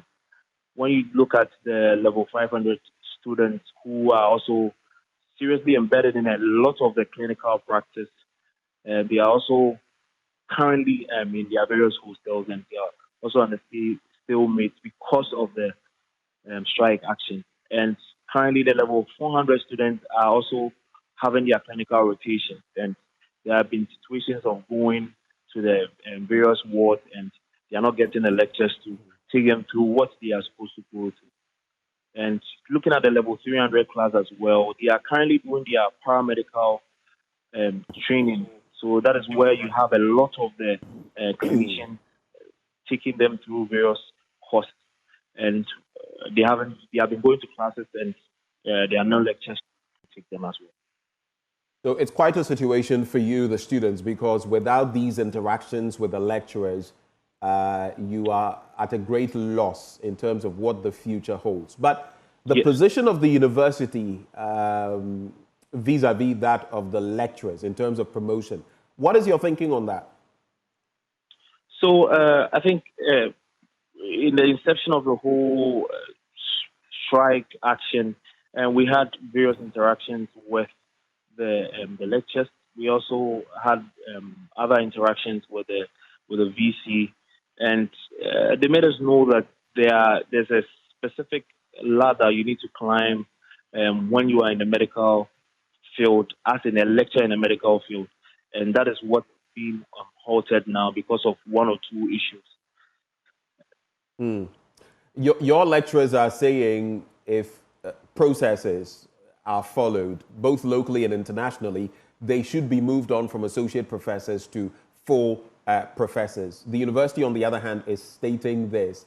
Do you see any resolution to this in the interim? GTech has waded into the matter, but what are your expectations in respect of that?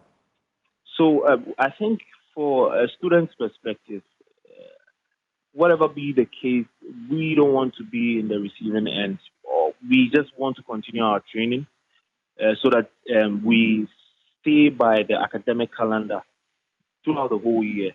And that is our problem, because still there's this adage that says if two elephants are fighting, it's the ground that suffers, and that is the case right now. And so your call to these two entities would be what exactly? What would your call be? I think that there should be resolution as soon as possible. As soon as possible. Where as soon as possible means what exactly? So that is we want the university management to be able to have the necessary dialogues for them to reach consensus. That both favors the general interest, so that back to I'd like to be able to get back to lecture halls. Now, you mentioned the academic calendar. Yes. What would be the effect? Already, you've done 2 weeks without these interactions, which you need, especially the level 600s, the final year, those who are just about to graduate. What would be the effect if the academic calendar were thrown out of gear? What would it mean for you, the students? Would it mean that some of you would not be able to roll over and become medical doctors? What would it mean? Because per what we see, even third-year students are affected. What would be the effects of these on the student body? So the effect on the student front is, just like I was saying, they wouldn't be able to take that ladder that they need for their medical education. So when you look at the 600s that are supposed to be preparing to write their final exam, that means they can't prepare adequately. So they wouldn't be able to sit for the exam. When you look at the level 500, you need the various models. You need to pass and actually learn from the various models to be able to move forward into the final year. And without that, you will be seated and you wouldn't be able to move ahead. When you talk about the level 300, they are in their paramedical training, that they need that to sit for their exam in order to be get their white coat. There's a white coat ceremony that ushers them from level 300 to level 400, which is the clinical field. So without all these, we wouldn't be able to move ahead, and that is a problem. I see. Aaron, thank you so much for joining the conversation, and that is Ankoma Kofi Aaron, President of the Medical Students Association at the University of Cape Coast. Let me move on to my other guest now from the GTech, Mr. Jerry Safo, Director of Corporate Affairs at the GTech. Mr. Safo, a very good morning to you. Thank you for joining the conversation. Good morning to you and to your listeners and to your viewers as well. It's a pleasure having you.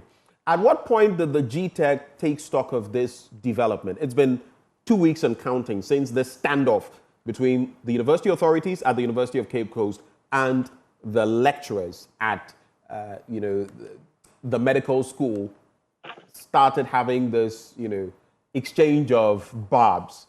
How long have you been aware of the situation? Okay, thank you very much for your question. So apparently the commission got wind of it about a week ago.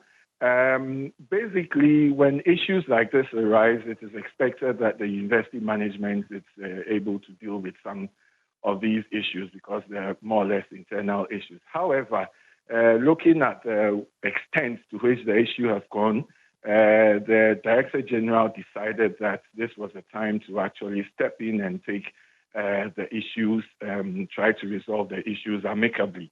As a result of that, we have actually invited the parties concerned, and tomorrow we're meeting all the parties concerned to resolve the issue. So your hope is that tomorrow this issue will be resolved? Absolutely, absolutely. We are very positive on that tomorrow, by the end of the meeting, we would have resolved all the issues concerned. Okay, just before you take leave of us, I'm just curious. The lecturers say standard practice dictates that they should be rolled over from associate professors. The university seems to think differently, the authorities. What is the exact case? So that's why we want to meet them to try and iron out all the issues, because we want to listen to all the parties, what their real concerns are, and then try and address it. As it is now, what we can only have is probably what we have been told or what either parties are saying. So when we have them all round the table, then we can have a proper conversation around the issues. And as a regulator, we can now take the decisions there together with them and have a result. Mr. Safo, we're grateful for your time. That is Mr. Jerry Safo, Director of Corporate Affairs at the Ghana Tertiary Education Commission, the GTEC. He joined us. Well, moving on from here, we're veering into a matter that has come to a head. A joint study by American researchers and Ghanaian regulators has uncovered dangerously high lead levels in paints sold in Ghana. Joy News checks reveal some paints contain up to 200,000 parts per million, over 2,000 times the safe limit. This exposes households, especially pregnant women and children, to severe health risks like brain damage. Our latest Hotline documentary, American Paints, The Painter's Galamsey, investigates this hidden danger and the urgent need for stricter regulations. Across Ghana, homes are adorned with vibrant colors, creating landscapes of blues, reds, and yellows that reflect the spirit and resilience of the people. In every community, painting a house is more than an aesthetic choice. It is a mark of pride, tradition, and identity. Freshly painted walls signal new beginnings, a cherished space, or a family's legacy. But the benefits of paint extend beyond beauty. It serves to protect homes from harsh weather, dampness, and corrosion, creating safer, healthier living environments. Yet, beneath this colorful surface, a dangerous practice is spreading, threatening both the health of citizens and the integrity of Ghana's local paint industry. These American paints gets on our markets. There are people mandated at the ports to check and make sure that things that are not allowed to enter the country don't enter the country. I'm talking specifically Environmental Protection Agency and Standard Authority. As the demand for paint grows, so does the troubling rise in substandard paint mixing in local markets. Many shop owners, lacking proper oversight or safety standards, are blending inexpensive and unregulated materials, often producing paint that contains harmful substances, including lead. These cheaply made paints have flooded the market, enticing consumers with their low prices, but coming at a hidden cost. When paint contains lead, it's banned, it shouldn't be used. We do have lead in paint, but it's ultra low. And in 2022, the GSA and its technical committees reduced the content of lead in paint for painting houses and domestic use by 90%. The consequences don't end there. For local paint manufacturers who uphold quality standards and safety regulations, the prevalence of cheap, unregulated paint threatens their survival. Unable to compete with the prices of inferior products, these legitimate businesses face declining sales and profitability, risking their long-term viability and the livelihoods they provide. Sometimes the paints are even expired or about to be expired. They put it on us, reduced to clear. The reason why the consumer sometimes is taken advantage of, because he assumes that because we have regulators and institutions to do their inspection and certification, the ones they see on the market is okay to buy. In this documentary, we delve into the intricate layers of this issue, from the vibrant purpose of painting homes to the serious health risks posed by substandard paint. We will explore the economic pressures that drive individuals to sell their unsafe mixtures, examine the regulatory challenges. Through these narratives, we aim to uncover the true cost of substandard paint in Ghana, a cost far greater than meets the eye.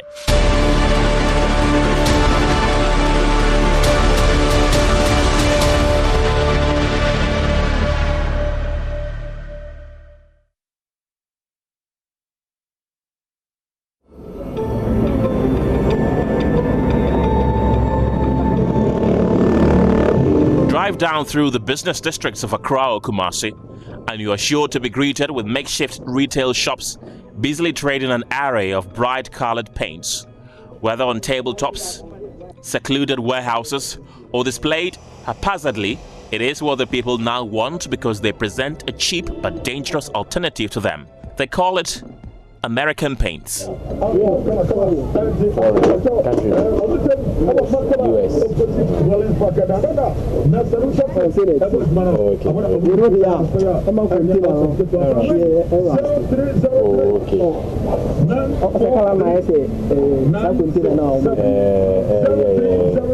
What may have given rise to the craze for these paints is yet to be established, although anecdotal evidence suggests that cost may be a major factor.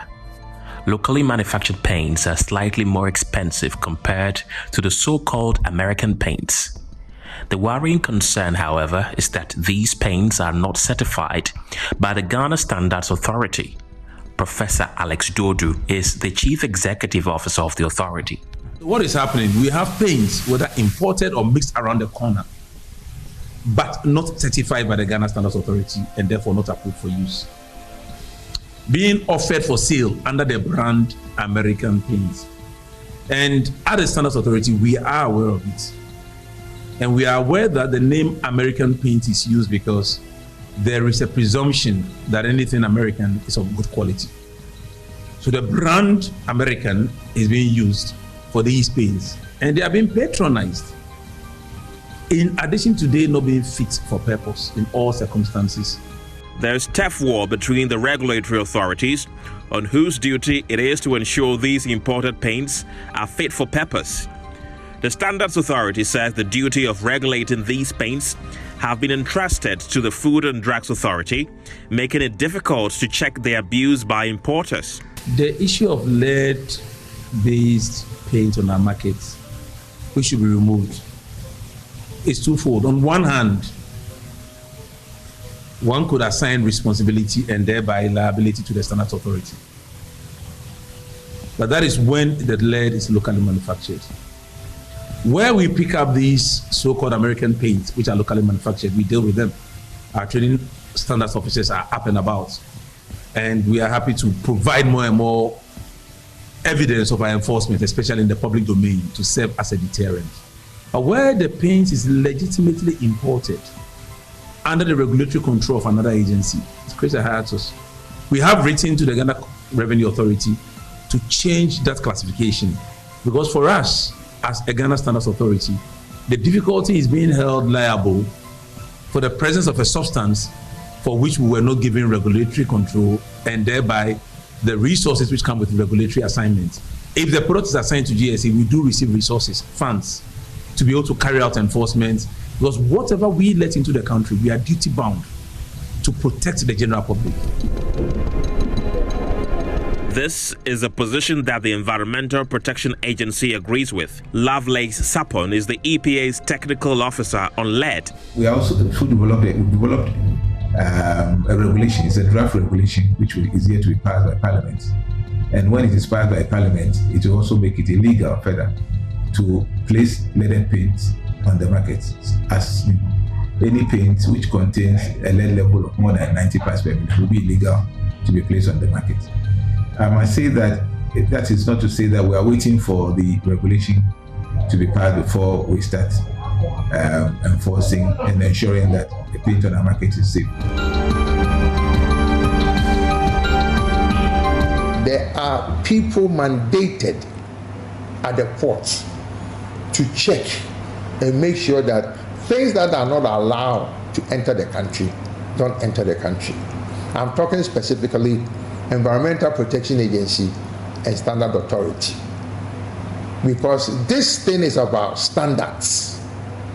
If the law in Ghana says that we need to check every paint that enters the country, that will not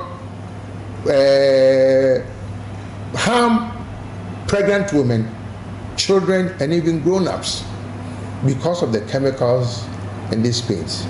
Look, these American paints, they come in drums, okay? And the danger is the ones that they even come and do the remarketing. When they bring them, you go to Abobulushi, you go to Odona, you go to certain areas, Kumasi Magazine, you see them in plain sight doing this illegal act, and the authorities looks on without concern. We raised this issue some months ago. The danger is we have actually given companies in Ghana to manufacture paint to fit the Ghana standard, and they are held to standards. If you ask the Ghana Paint Association of Paint companies, they will tell you it's a bother for them. It's a revenue that they are losing. Okay, and secondly, somebody is eating into the market share. People go to America. Sometimes the paints are even expired or about to be expired. They put it on us, reduced to clear. The innocent consumer, and this is where I always have a problem. The reason why the consumer sometimes is taken advantage of, because he assumes that because we have regulators and institutions to do their inspection and certification, the ones they see on the market is okay to buy. In the wake of this confusion, Joy News investigations reveal widespread compromise at the ports, which allows the paints to be brought into the country. Some freight forwarding agents who claimed to have facilitated this move reveal how to sneak the paints into the country and avoid the payment of the statutory duties.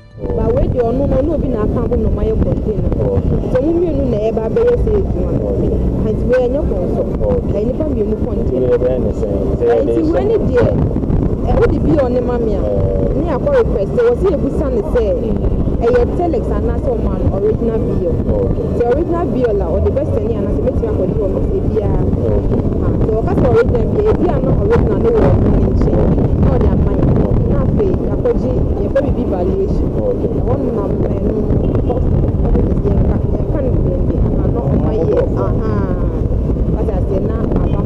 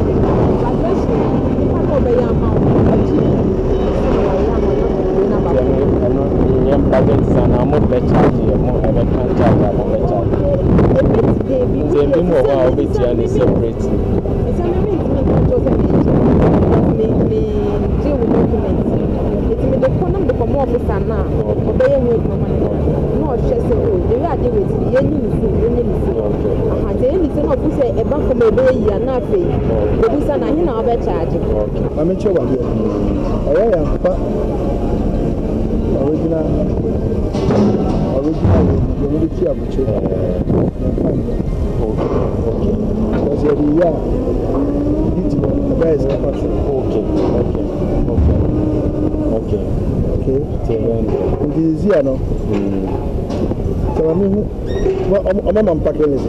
No packing list. Packing list in the bill of lading them say that I know you send them money, but bill of lading. What's the other invoice and the packing list? We pass up at the side invoice with the other put the other to do. And I mean, you're theatre. The other names. Muslim packing list.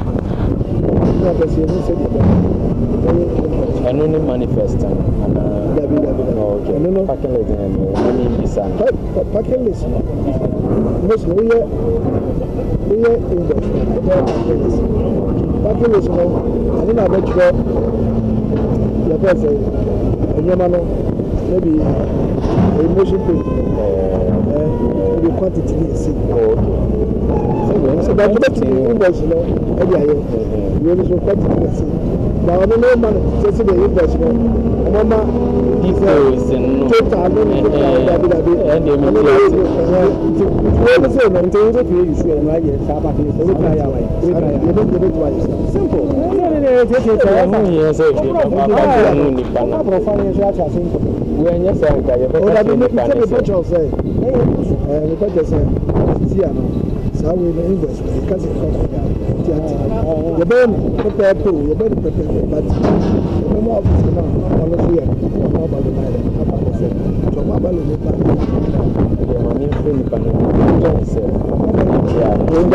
emergency phone because we drop for not the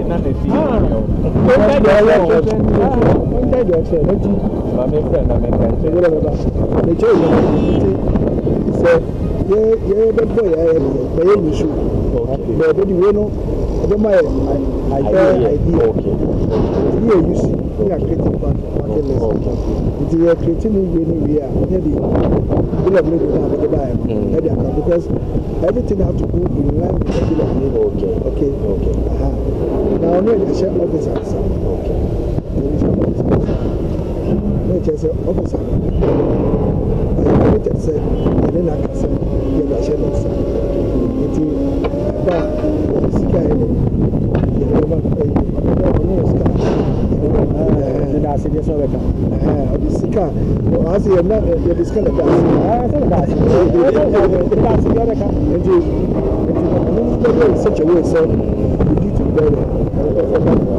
Once these paints make it onto the local market, regulating it becomes a challenge. Director of Inspectorate at the Ghana Standards Authority, Jessica Nkansa, says the conditions under which these paints are processed is questionable.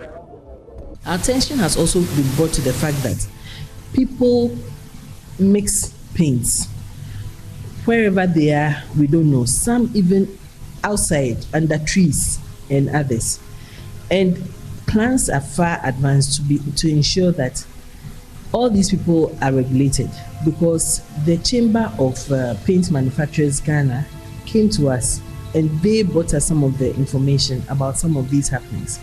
So it is an area where GSA is actually working actively in to ensure that paint does not become a source of disaster for the consumers. But the bigger danger lurking around is lead-based paints sold on Ghanaian markets.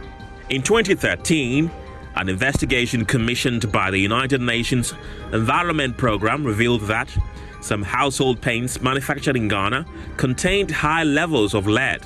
In a related study, out of the 46 paints analyzed on the Ghanaian market, the team found out that 15 of the paints contained high lead levels. This is a sharp increase compared to the team's data collected in 2023, where 6 out of the 59 paints analyzed contained high levels of lead. The acceptable lead level in Ghana should be 90 ppm. However, of the 15 high lead paints, 5 were found to be new brands on the Ghanaian market. Also, 4 paints that were less than 90 ppm in 2023 were now above 90 ppm. The highest lead content found in one of the paints stood at 200,000 ppm. That means any household that uses this particular paint is exposing pregnant women and children to lethal brain damage and other neurological problems. Lead is added to paint as a pigment or a drying agent. As this paint ages, lead in chips and dust contaminates living spaces and is easily ingested by small children. Even low levels of exposure can torpedo kids' IQ, motor skills, and other important neurological functions, and have been linked to poor academic performance, behavioral problems, and criminal activity. Dr. Charles Kranche is head of product certification at the Ghana Standards Authority. If you have lead in paint that exceed this limit, prolonged use, mind you, this lead is an example of a heavy metal. Now, these metals, once introduced into the body, it takes a very long time. One, they're able to bioaccumulate. So then if you paint your room and the paint contains lead, you'll be exposed to this lead over time. And these things will build up in your system. So then it can result even in a neurological damage, whereby you start having issues with your nervous system. There's also, you can even have some of your organs impairing. And even when it comes to children under 6 years old and pregnant women, it has its own detrimental effects. But EPA's technical officer on lead, Lovelace Sapon, says since the observation was made, some local manufacturers have worked on the lead levels in their paints. Currently, about last year, we did some studies on the market. We went to the market, took some samples, and did some analysis. Fortunately, what the importers and the manufacturers have been saying, that they are aware that leaded paint is not safe and that they no longer produce it and it is obsolete. It appears that we can take their word for it to a large extent, because the data we found was not too worrying. We found a few deviants in it, but majority of the samples we took, the analysis we did, most of them were within the safe level of 90 parts per million. We intend to repeat it again. But the concern has to do with retailers of foreign oil-based paints, which are not regulated by the Standards Authority. Clearly, it appears the tag American Paints is an illusion coined to rip off unsuspecting Ghanaians into purchasing what might sell cheap but harmful at the end of the day. The question is, this is the time, we know that it's a problem. This American paints that are coming onto our market, I'm not against anybody bringing good quality paint from America, because I live in America. I know they have standards, so they cannot allow Mexico to bring any substandard paint into the United States of America. So the question I'm asking authority and government is, why are they allowing? Sometimes it's our own people, Ghanaians, and sometimes it's non-Ghanaians, to come and interrupt our market, which would affect our lives. That might even cause death at the end or injury to us. The question is, who should be responsible? But these paints are cheap. That's what I'm telling you, that they should not be cheap. I've bought paints in America. Paint is not cheap in America. Because if you buy a paint and you buy the proper paint and you pay transportation and you come and pay duty, how is the paint going to be cheaper than the ones that are made in Ghana? You get my point? Yes, you do have a point. So this is where government should also look and say that some of the challenges or taxes or levies imposed on the paints that is manufactured in Ghana is removed so that they can compete. If the paints in Ghana are cheaper and good quality, why should we want to buy something because it's cheap and it's going to be a detriment to our health? To expand on that all-important issue, American paint, well, the painters Galamsey, all of this happening in our country. We have Kofi Kapito, as CEO, Consumer Protection Agency. He joins the conversation. Kofi, a very good morning to you. Thank you for joining us. Good morning, Akabo. How are you? I am well. I hope you are too. You've abandoned me. I haven't. Oh. Look for me, Katra. All right. Next time I'll take you when I'm leaving. Okay. and I hope the paint in your surroundings, the white paint I am seeing, is not American paint, at least not in the Ghanaian context.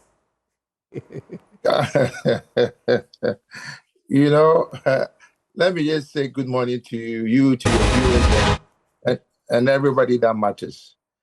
This issue about this American paint, I'm very, very delighted that Joy or Multimedia has taken it upon themselves to escalate it to another level. The CPA did this, raised this issue almost a year ago. And like I said, let me say thank you to Multimedia or Joy FM, Joy News or Joy FM to extend it. Now, if you look at the levels of what we're contemplating, American paint, of course, there are allowable lead levels. But you look at some of those on the market and you have about 200,000 ppm, way above the 90 ppm that beyond which is toxic. And then you look at the effects. How did we get here? You know, it was interesting to listen to Professor Dodu, who said that they reviewed their standards in Ghana some time ago and they reduced it by 90%. If you reduce it by 90%, why is it now 200% now? Look, let me tell you what. Let me be blunt. People that are supposed to protect and watch us don't do their jobs. Because these paints that they say is American paint, we don't even know if it's an American paint. They've just labeled it. People are mixing concoction and they labeled it American paint. Okay, I don't know any paint called American paint. All I know is paints made in America, paints made in UK, and paints made in Ghana. Agapo, are you following what I'm saying? I am. These people who are criminals, they should be arrested and prosecuted. And the funny thing is, authority look on unconcerned, because if you go to the places that are mentioned in your documentary, no. They are there in plain sight. The police walk around. You see, Ghana, people who are in charge of us, the authorities, they don't even care to even take a ride to go and see when somebody, raises concern about a particular thing that bothers their industry or their institution. This is the problem. This thing, like I said, I raised it a year ago. That is how you have the footage of myself in your documentary. I've been to Standard Authority. I've been to EPA, and they just don't care. The EPA guy was the one who was even annoying me. Okay, and the Standard Authority lady that whatever that they are doing is in full force. What full force? They don't care. Is it fair, though, to say they don't care? We saw some of them in the documentary. Yes, some issues that raise concerns, but to say they don't care at all, is that not a bit extreme? It's not extreme. Let me tell you what. In any other jurisdiction, these things should have been stopped a long time ago. Like I said, this morning, you have done this documentary. Go back to this same spots that you went. The people will still be in plain sight doing it. The Standard Authority is still there. The APA is still there. Okay, the police is still there. And even I find it interesting when they were trying to allude that FDA is the one who should regulate this. Yeah. Where in FDA's law does it mandate them to go and regulate this? They are doing a blame game. Push it around. Okay. Where should the buck stop then? Is it at the doorstep of the Ghana Standards Authority specifically, or which other agencies together? And the Environmental Protection Agency. Yes. Like I said, they are aware. You go there, and then they look at you. You are the troublemaker. Look, I understand that Ghanaians want things that are affordable, that they can stretch their CD to be able to afford. But what we are doing, at the end of the day, it will cost us more, because we are playing with our health. Not just my health or your health, your children's health, okay, your future children's health. Because if your wife gets pregnant and this thing, she or the children are exposed to, health-wise, is the most expensive thing. Why do you think other jurisdictions are making sure? And you know what is interesting is, even in Ghana, we've gone to the extent that we've actually licensed people, paint manufacturers in Ghana, for them to do paint according to their standards.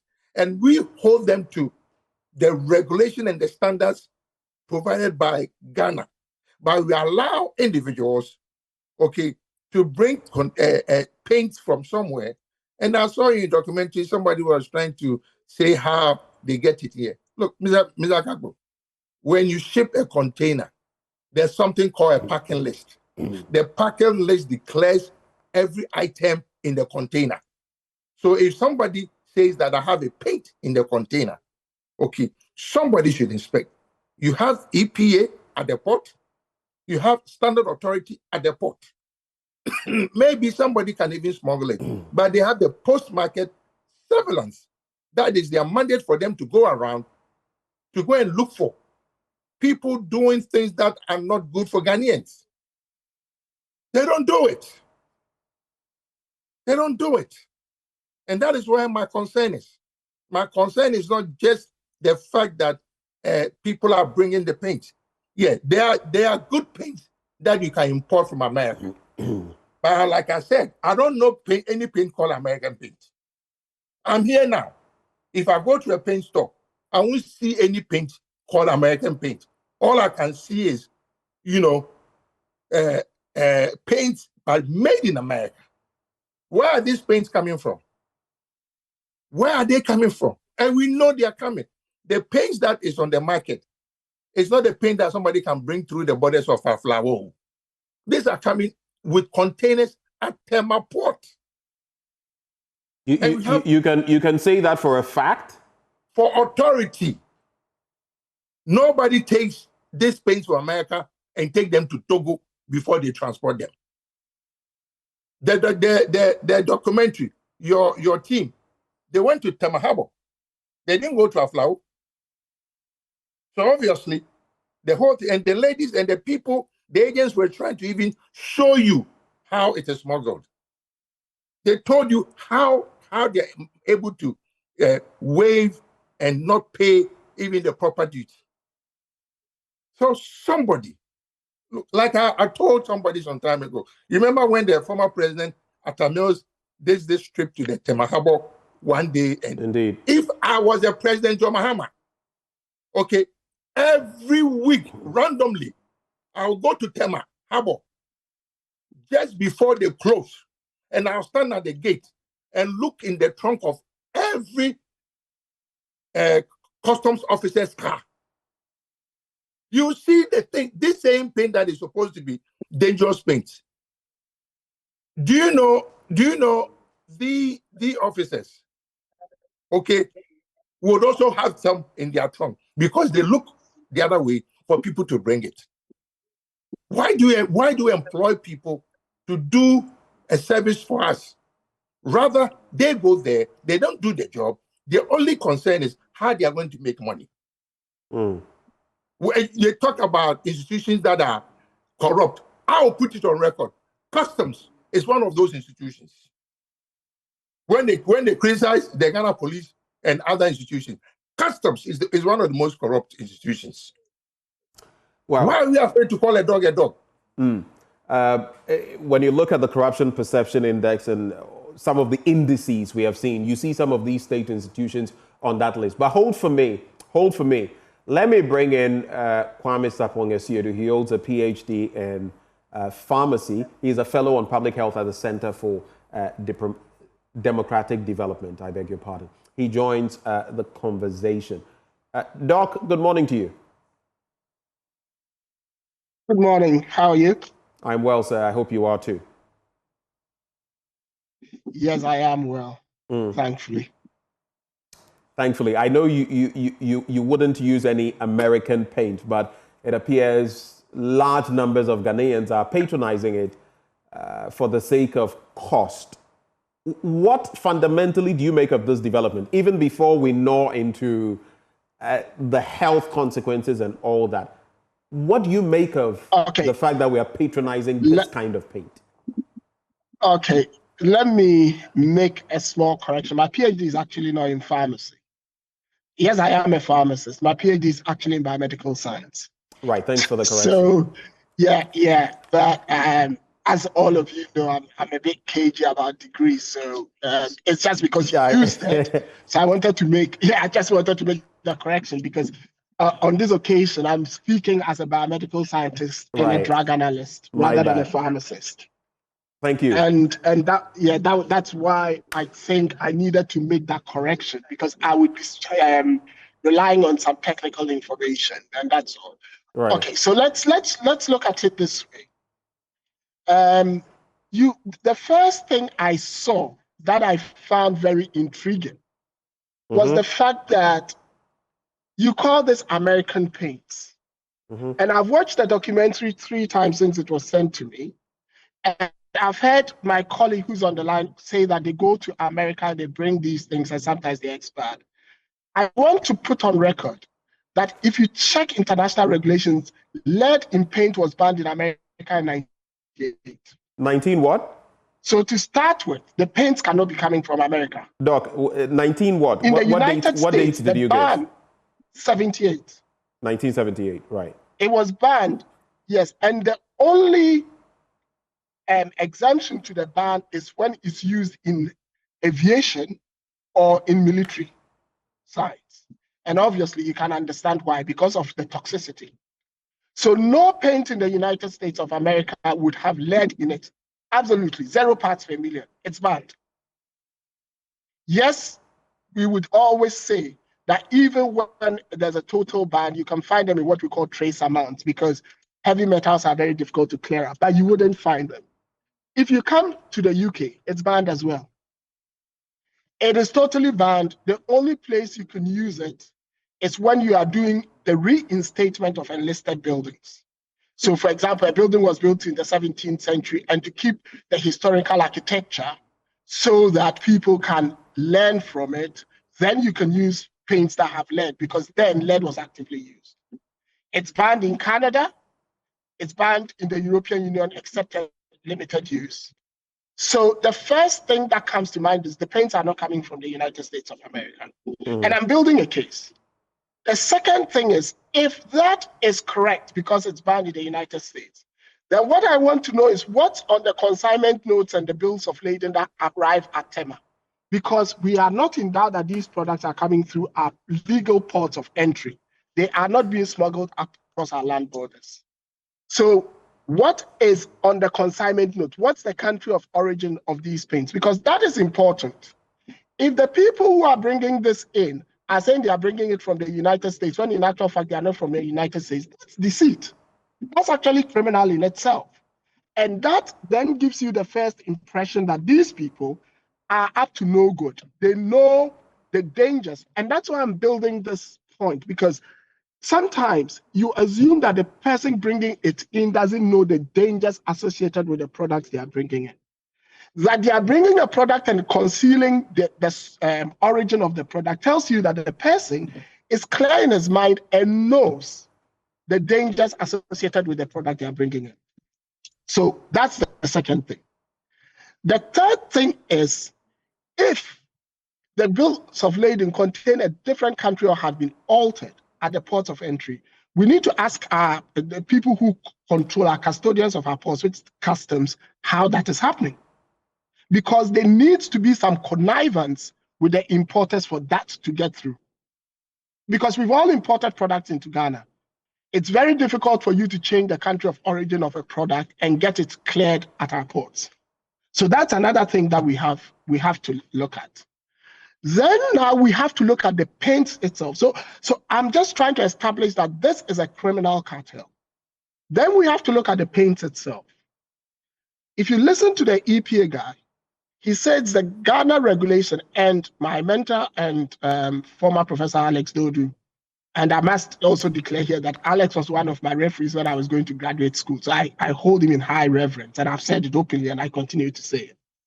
Have said that by Ghana regulation, paint can only contain up to 90 parts per million of lead. What does that mean?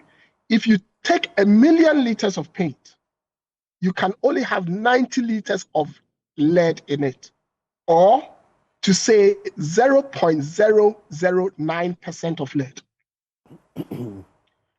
If you look at your documentary, you are finding paints with 20,000 parts per million. 200,000, I believe. Sorry, 200,000 parts per million, which is 20% lead in the paint.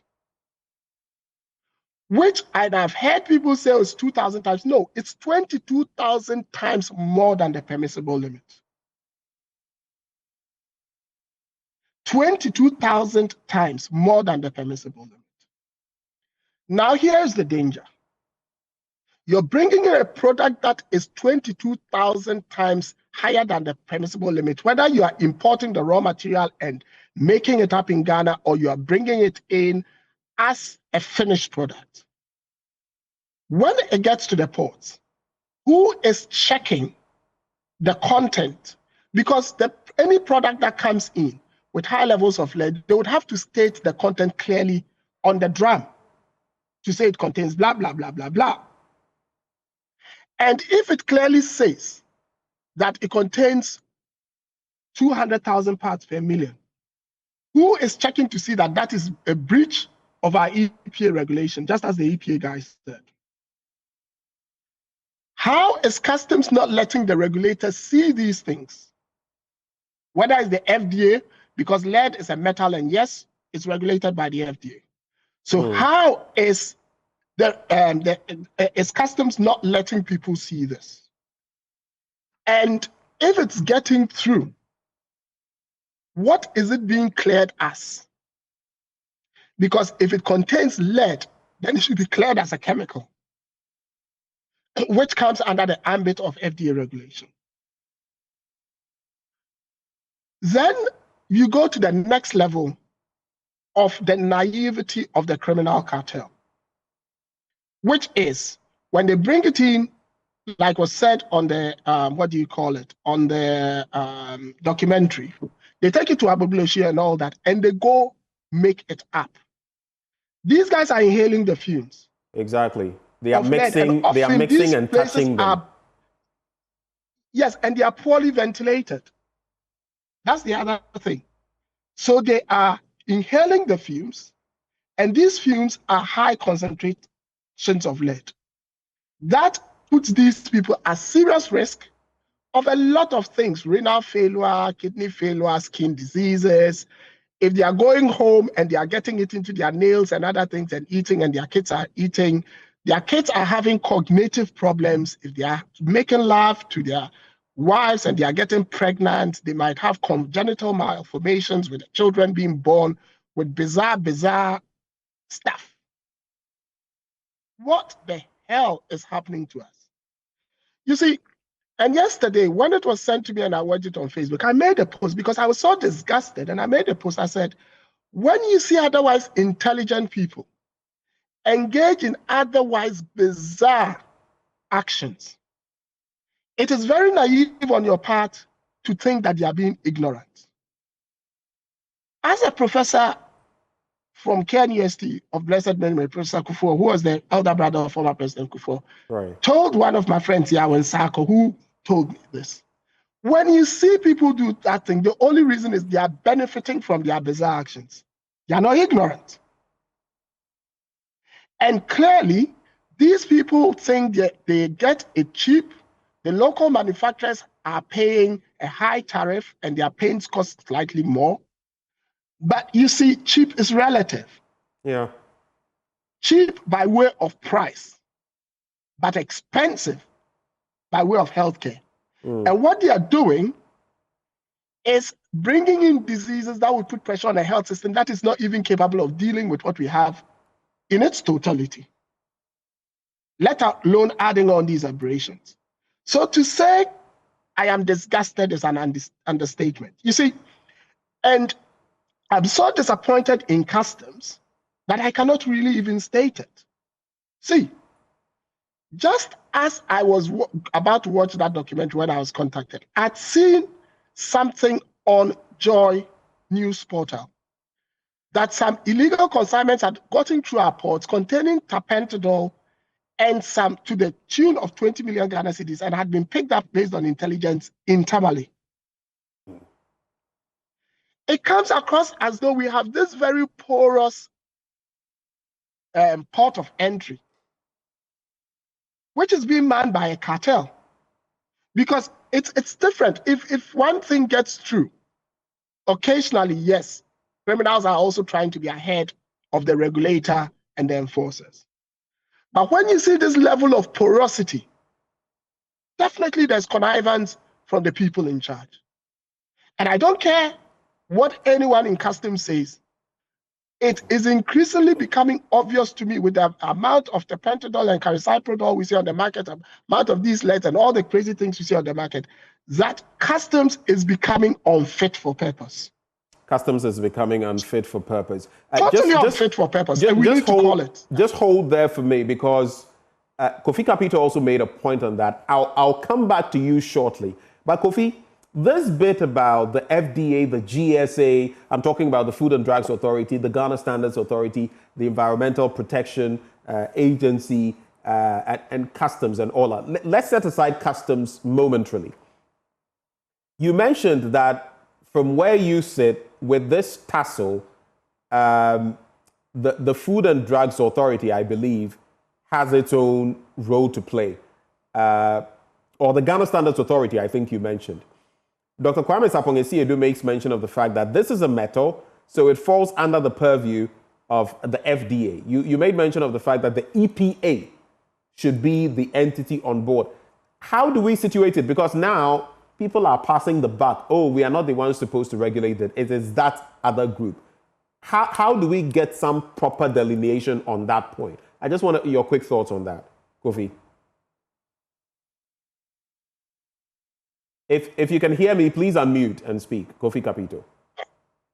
I said the pharmacist or the other gentleman on the other line. Dr. Kwame Sapong-Esiedu. Dr. Kwame Sapong-Esiedu. Doc, good morning to you. Good morning, Kofi. And the question is, if it goes through another level, that it becomes chemical or medicine, then it falls under FDA. At this particular moment, based on Professor Dodu's own standard, ours should be the minimum that is allowed, or maybe not even permissible.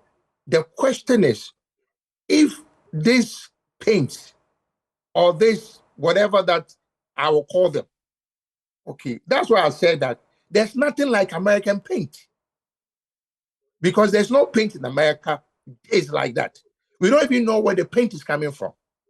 Okay, and if somebody, the role, if a standard authority should be up and doing.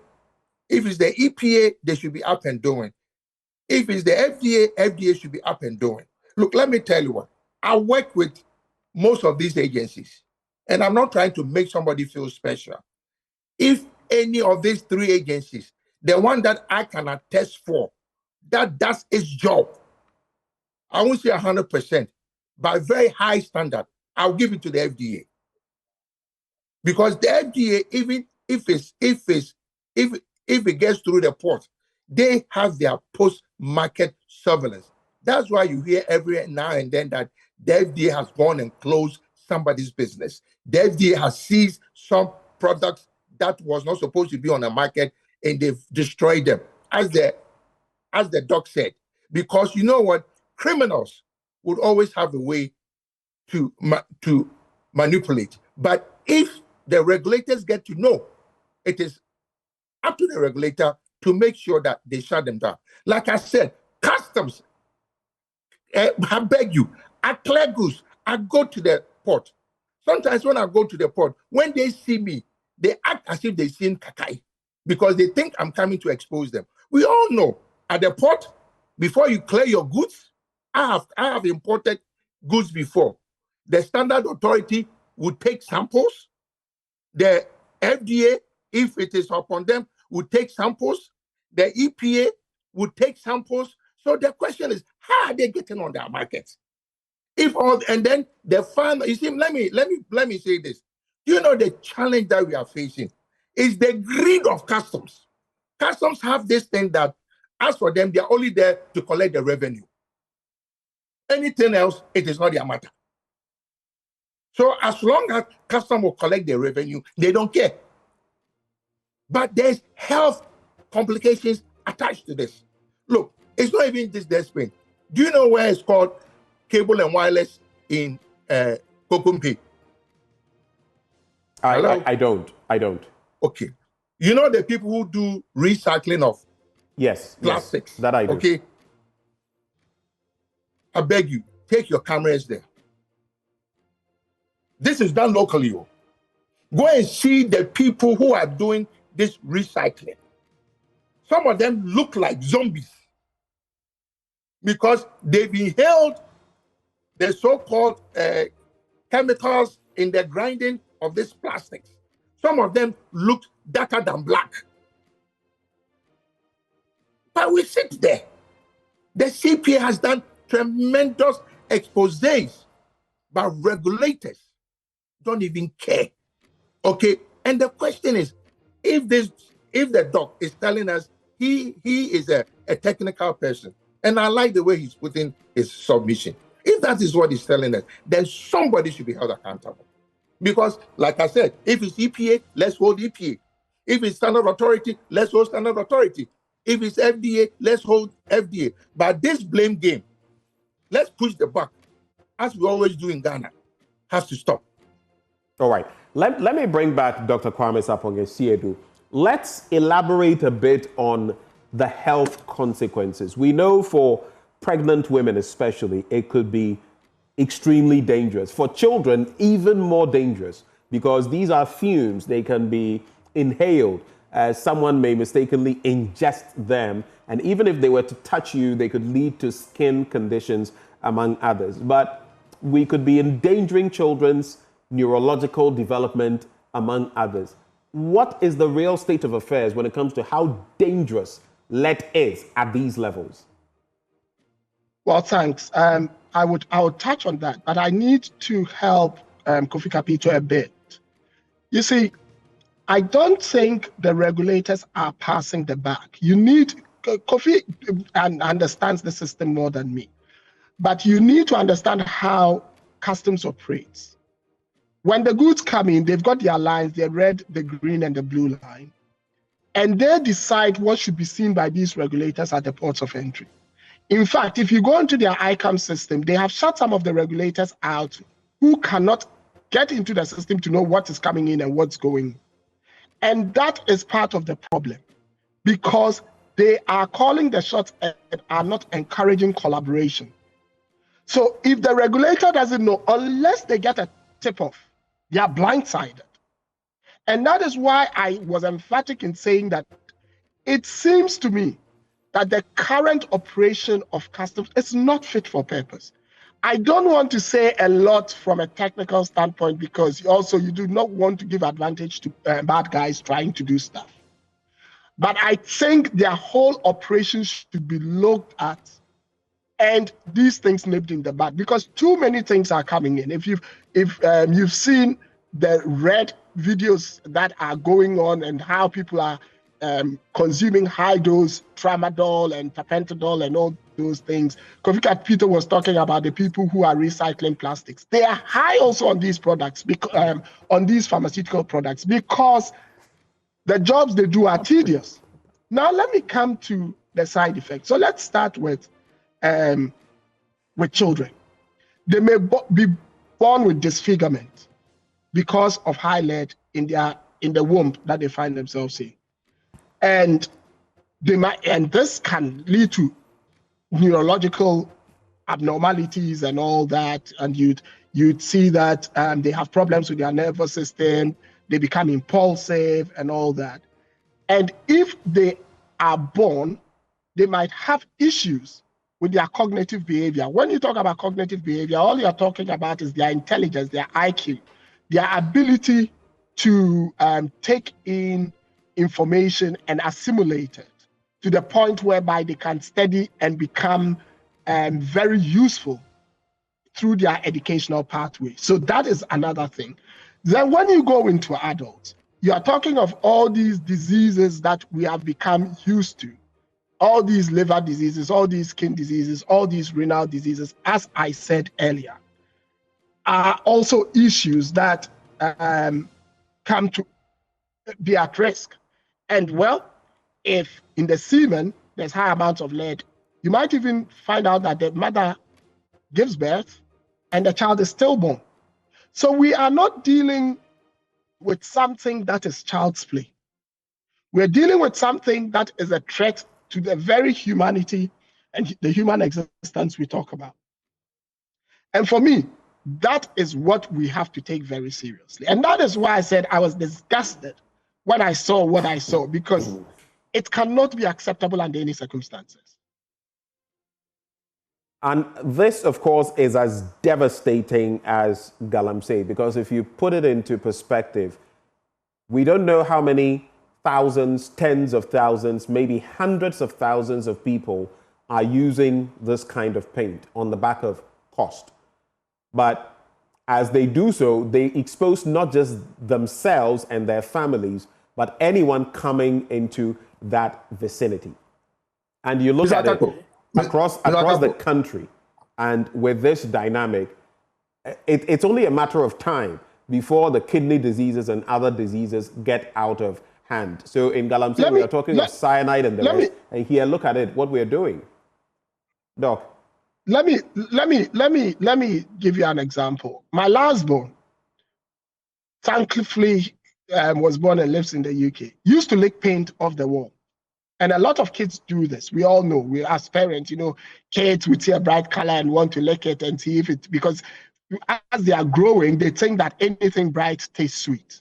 It's part of their developmental. Can you imagine if he was to go to come on holiday in Ghana and go to a friend's house, and probably the friend unknowingly has painted their house, doesn't even know that there's lead in the thing, and goes to lick it. Look, we are playing with certain things that we see as very mild and nuanced and feminyame and all that. But you see, increasingly, we have a lot of criminally minded people who are taking advantages of our lack of regulatory rigor and are putting all of us at risk. And I guess that, for me, is why we need to take this seriously. Mr. Akago, Kofi. Yeah, you talk about this being the new Galamsey. At least the Galamsey, as we know, they hide in the bush, under darkness sometimes. This Galamsey that you are referring to this morning, they are in plain sight. They are not hiding. Like I said, go to Abobloshi right now. Go to Odona. Okay, go to Asafo Market. Go to Swami Magazine. Let the police say that they are going to sweep them right now. We will get them. But in Ghana, like I said, that is the danger. And I don't know if the doctor would agree. It's become like when we give people the power or the authority to protect us, sometimes they take that advantage and make money off it. Look, like I said, if you clear any goods at Temahabo, these agencies are already there. Okay, they do inspection. When they open the container, they come around and do import. So I know it's not a matter of customs hijacking the system. Okay, yes, when the goods are brought down, customs will come and have a look. The other agencies too will come and have a look. But the question is, it looks like they are all in cahoots. Look, I've seen this being done where regulators are only interested in how much they can get off importers, not to do the due diligence that they are supposed to be doing. Right. As we conclude the conversation, gentlemen, Dr. Kwame Sapong-Asiedu, for example, you would notice that chloroquine, you can't dispense chloroquine in Ghana now, though I hear in some parts of the sub-region you can do that. And so some manufacturers in Ghana would then have to seek permission, the right permissions to be able to produce it and ship it outside of Ghana to other West African countries. We can't do that, yet you can have something like this purported American paint in the system. So as you conclude your thoughts, what then do we do? One of our listeners said that we should reshuffle the customs officials every few weeks to ensure that some of these things are nipped in the bud. What would be the solutions for you in a minute each, and then we can go? Dr. Kwame Sapong-Asiedu, I'll start with you. Well, thanks. I agree with Kofi that it is a cartel. And if he heard me earlier, I said it's a cartel. And a cartel means that there must be interested parties from everywhere. There might be people even in the Ghana Standards Authority, in the FDA, in all this. Because the people who are bringing it in cannot just beat the system ordinarily. It's not going to happen. And so, yes, we need, and that's why I said this needs to be properly investigated. And we need to look at how our ports of entry work. We need to try and fix it from that point, because that is where the problem is. The problem is at our ports. Thank you, Doc. Kofi Kapito, your final words. You know, Mr. Kako, you know what my fear is about this country that we all love because we were born in it. Look, the politician, okay, is so afraid of somebody doing an illegality and telling him that, you see, I won't vote for you. This is what the Galamsey people are told us, right? Even to the extent that some MP or some government official had the audacity to tell them that you can do the job, and then if they touch you, you slap them, I come and bail you. This is the country that you and I live in. I think time has come, and I would like to plead with President Mahama. This time, I beg you, you should crack the whip. Let's stop this thing that, oh, this person gave us money during the campaign. Oh, this person shouted the most. This person is the chairman of the constituency. This person is the woman organizer of this party. This is what is killing us. And these are the people, to me, if you are given such an opportunity, it is rather you who should protect the integrity of the presidency that you claim that you are a part of. But rather in Ghana, we take advantage and rather get the presidency in trouble. So to me, the presidency as we speak today, I don't want excuses anymore. Like I'm saying, we have come up on your show this morning, me and the doc, we've talked about all these things. I want to know what is going to happen tomorrow. That these plain sites are there. They don't have to go to the bush. They don't need any community like they go and do the Galamsey in the bush. Odona is not the bush. Kokompe is not the bush. Aboblosi is not the bush. Okay, Asafumaka is not the bush. All right. We're going to have to hang the conversation right here, but this is a menace that we have on our hands, which we have to deal with. And those who joined the conversation, Kofi Kapito, he is CEO of the Consumer Protection Agency, and Kwame Sapong-Esiedu, a fellow on public health at the Center for Democratic Development. And of course, his PhD is in biomedical science. But let me just read this comment that comes through from Susan. She says, and frankly, those paints don't last with the sun and rain, which I've experienced from a painter who used it on my outer walls. I wasn't there at the time, and Ghanaians don't realize that cheap is more expensive. Now, I have to get the walls scraped and repainted, which is costing me more. It's time we looked at our mindset. I think all the paint shops should be shut down and investigated. That is those engaging in this purported American paint sales. Well, for some of us, it's one of status, but for many, it has become one of necessity. Yet this necessity continues to get far beyond the reach of the average Ghanaian. We are talking of the cost of cars, and particularly the imported used cars on the market, which has seen skyrocketing prices. Variables such as interest rates, inflation, import duties have compounded the situation. They've been identified as major causes of this phenomenon. Well, this morning, we take you to some car dealers in Tesano to find out more about how their businesses are faring in the midst of these challenges and what they want to hear from the government ahead of the 2025 budget to be read tomorrow. On location is our very own Noella Karen Yali. Noella, over to you.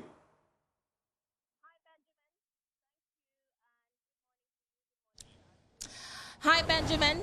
Thank you, and good morning to you. Good morning to our viewers this morning. as we gear up towards, the budget presentation by the finance minister in Parliament today, a lot of businesses across various sectors are eagerly anticipating key policy decisions that will significantly impact, their operations going forward. Now, one sector that has been significantly impacted or affected by economic policy decisions is the transport industry, particularly car dealerships. And I'm sure you'll agree with me when I say that in recent times we have experienced an outrageous hike in vehicle or car pricing, making it almost impossible for the ordinary Ghanaian, myself included, to be able to afford a decent vehicle. And when you have conversations with car dealers, a lot of them attribute this situation to the high import duties and taxes at the port. But I guess we can say we're in luck. Why do I say that? Because the NDC, the current ruling government, during the campaign period, did promise us Ghanaians to scrape off or rationalize some taxes. In fact, the president in his inaugural speech described some of these taxes as draconian. And to quote him verbatim, he said, we will scrape the following draconian taxes within our first 100 days in office to alleviate hardships and ease the high cost of doing businesses. And these taxes are e-levy, COVID levy, 10% levy on bet winnings, emission levy, and import duty on vehicles and equipment imported into the country for industrial and agricultural purposes. And so this morning I find myself in a very beautiful street here in Tesano.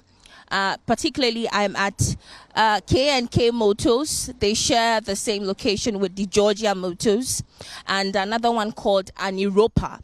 And basically my aim here today is simple: get the expectations of these car dealers ahead of the budget presentation. We're also going to be looking at some of the factors that contribute to the high pricing of cars today.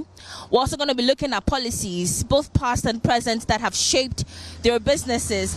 And then we'll examine if truly government should alleviate these taxes. Will it bring some relief to these car dealers? And so I'm going to start with a gentleman here. Please come.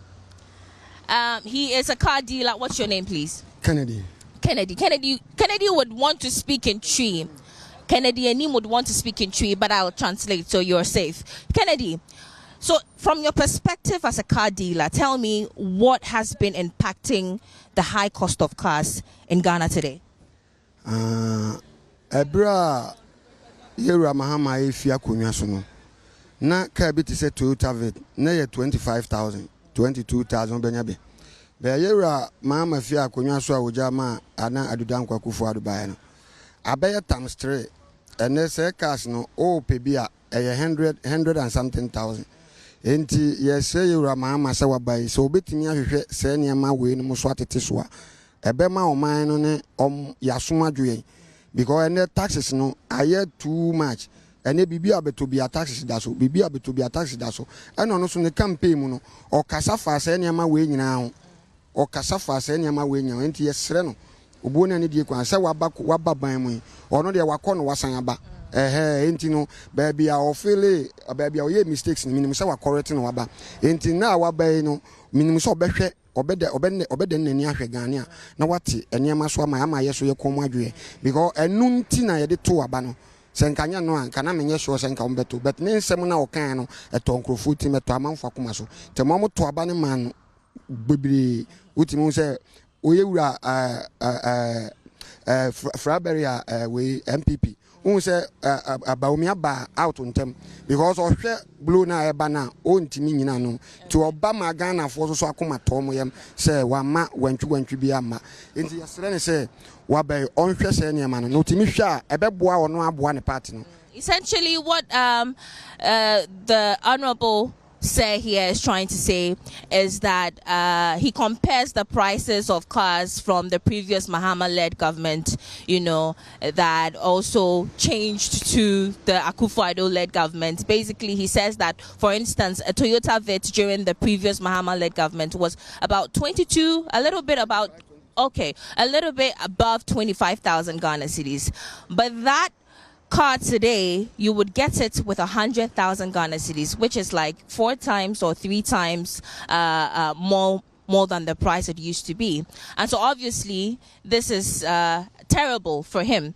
And so he says the president, just like he promised us in his campaign, should live up to expectations and his own word of taking off some taxes. Now taxes being na osha abayini to me free so ebe mama you okay. Import duties this time cars no is over garages first ne cars ne babebre next ka bia okita obit manya ka ne be na manfo timi diska be 200,000-400,000 but be ka open unya first 4x4 ukita 150,000 wo beto 4x4 lozu be ne se cars ni nya na 6-7 billion. And to me, import do you see a quay anymore, but a kufu ad would to Ricardo. Into you, Mamma Bay, on near Mamranechi, none near Mamra from a buffoma, any medical can, a beboa on the government, and in a party. But obey the way ye are, and may assure says he say Ghana for almost so say me we are now me went to Chinchilla train. Say, oh, Banad, you can't so be Yamo man, went to me and ya. Next 4 years, no by, no, I say, you be kick you off. And ya, dear, better also. Right. So he still talks about how significantly certain cars have increased in price in, you know, a matter of 2 or 4 or 5 years, and talks about the fact that the president should live up to his word, the word that he promised us during the campaign period. I'm also here with another car dealer. Hello. Hello. You're welcome to Joy News. Yeah. So ahead of, you know, the budget presentation in Parliament, I want to ask you as a car dealer what your expectations are. Our expectation is the import duties, that's all. What about it? Calm down. It's too much for us. Okay. It has to calm down. The import duty. That is my expectation. Okay. So when you say it has to come down, where is it at right now, and what do you expect? Where do you expect it to go down? No, it should just come down for us to be able to afford the import duties. Okay. It's too much for us. We can't bear it anymore. It's too much. The import duties. That is the only thing that I have. Okay. All right. So he also says that, you know, the import duties, I mean, you rightly heard him, that the import duties should go down so that your businesses, it can be a bit bearable for them to deal with consumers. We'll also be joined by another car dealer. He goes by the name Tola. Tola, you're welcome to Joy News. I'm here. I'm here. Kindly look into the camera for me. Okay. Okay, Tola. So tell me what your expectations are ahead of the budget. Oh, because of the budget. The budget, no, I don't understand about the budget, no, because of the duty. By the duty, no, too much for the car. So you reduce the duty for the dealers. Okay. For because the duty, you know, by the car, no, the customers come, but no come. Why they come no? Go say the car be priced be high. So reduce the duty for dealers. Okay. So reduce the duty from where to where? Like what is the current duty percentage or price? Oh, because of the percentage, you know, the duty, you know, be high. So when you go to the Tamahabo, you go to the, you use the car because of the duty, you know, it go high. So I see some really nice cars around. Take me through some of, you know, these cars. So 2023 model. Okay. This one be CRV. Okay, this is a CRV 2023 model. Okay. And let's say 4 years ago, how much was this car? This car, the price be 750,000. Now? Okay, but 4 years ago, how much would I have gotten this car? Oh, now 4 years ago, this one be getting to 450 to 480. Okay. But right now, the way the price they go, no, I don't understand the price they go too much. The price now be 750,000. But the price be too much. And it's all about the import duties and the taxes. Because of the duty and the tax. The duty be high. So you come to Tama, you go to Tama, you bring the car because of the duty. But because of the duty, the price go high. So let's take a look at, I mean, the CRV is a little bit on the high side. Let's look at this car. It's a bit minimalist. What car is this? This one be Ghana use, this one be the Toyota car. Okay. By the Ghana use car. Okay. And that one, the star, this one, the cost, maybe 750, getting to 100. This car? This, a 2017 model of a Scon. I see the brand is a what? Scon. But you say it's a Toyota brand. And this car is 700, over 700? Almost 750. Getting to 750. Because interesting. Because of the duty. And so it shares the same price as the CRV? Yeah, because of the CRV price, no. This one be new one. This one be Ghana use. Yeah. Okay. But all be the same because of the duty, no. All right. So we've been having a conversation with car dealers, basically speaking about their expectations ahead of the 2025 budget, and also taking a look at the factors that contribute to the high cost of cars. And I'm actually amazed, especially at the small car that we just saw, for him to say that it actually cost a little over 700,000 Ghana cedis, almost the same as the new or the brand new Toyota CRV. It's shocking. Hello. Okay. All right. So I'm going to be walking towards the Aniropa Autos. They are also a car dealership firm. My aim is to talk to an importer, somebody that directly clears, cars from the ports, so they can vividly paint a picture of what's going on at the ports in Ghana today. So she's actually on a phone. I don't know if she could talk to us. Okay, so we are taking a look at your expectations as a car dealer ahead of the 2025 budget presentation by the Finance Ministry. We want to take a look at what your concerns are, what your expectations are, and because when there is an interview, they come to me first. Okay.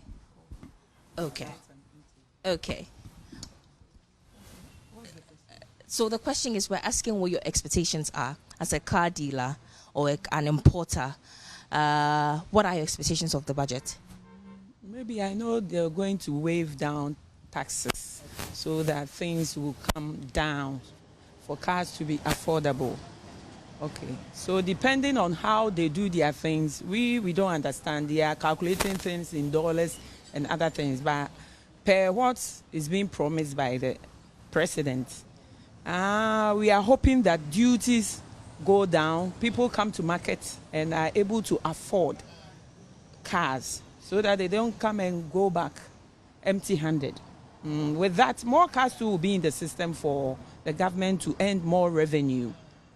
Because the lower, the more the cars will come in the system. But when the duties are high, when you bring one car, the duty alone, it's very scary, because duties that we are paying now, let's say 100,000, formerly was clearing about 2-3 cars, but now each car, the lowest is around 80, so it's making things difficult. But we hope what was being said will be fulfilled, so that we will all be free.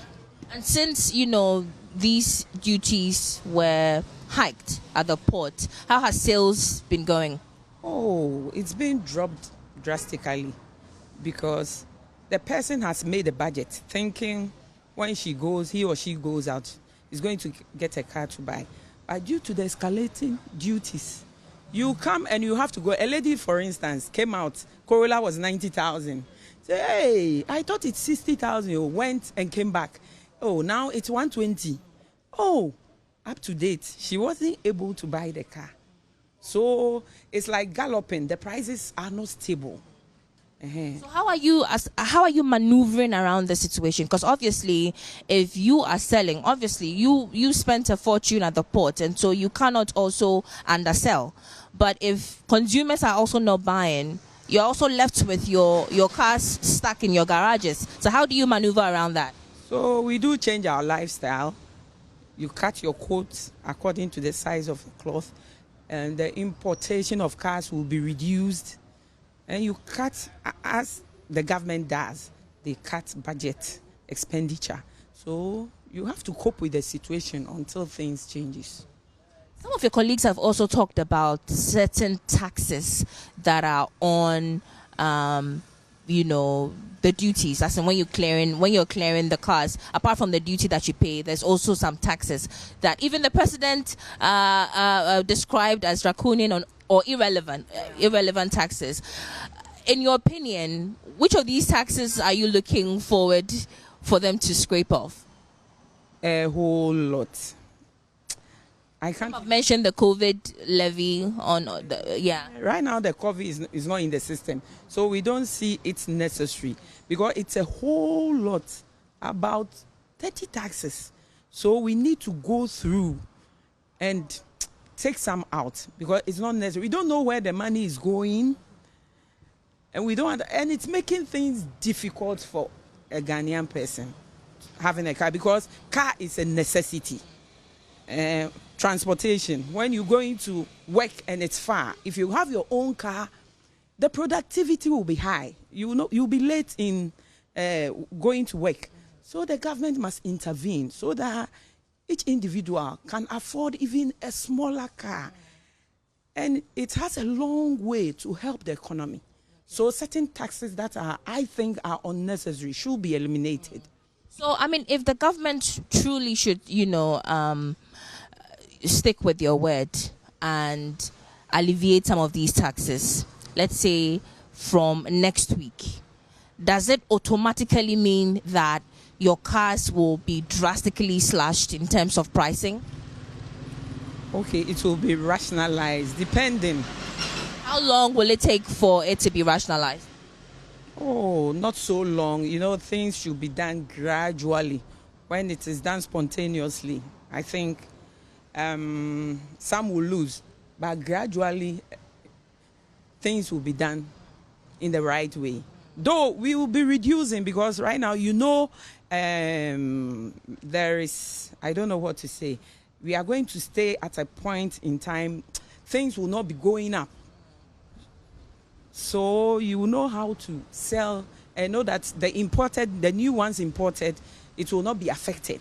I asked you that because, some Ghanaians also believe that a lot of car dealers or importers asking government to also slash, these import duties are usually born out of self-centeredness. You don't think of them because in 2019 when, government slashed the benchmark value used in calculating import duties by 30%, car pricing was relatively high. So what do you say to 2019? Yeah. MPP that. Yes. People reduced their cars. For instance, the cars that came at the port were reduced because I was expecting a duty of 350. It came to 280. So due to the calculation, you know that you didn't pay that much. Right now, the reason why I'm saying it will go gradual, you know that the next one coming, the duties is being reduced. So why should you be so aggressive to find what you want? So it goes, though it's a little long term, but its effect will be good. Okay. Yeah. Okay. Thank you. What's your name? I'm Anita at Europa Autos. Thank you so much. So we just spoke with Madam Anita of Europa Autos. She has also been speaking about her expectations.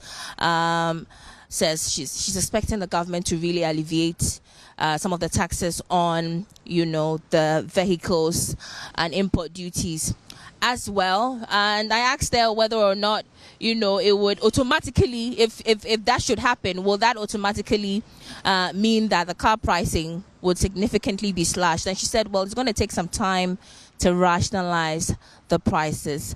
And that's it from me here on location. Back to you, Ben.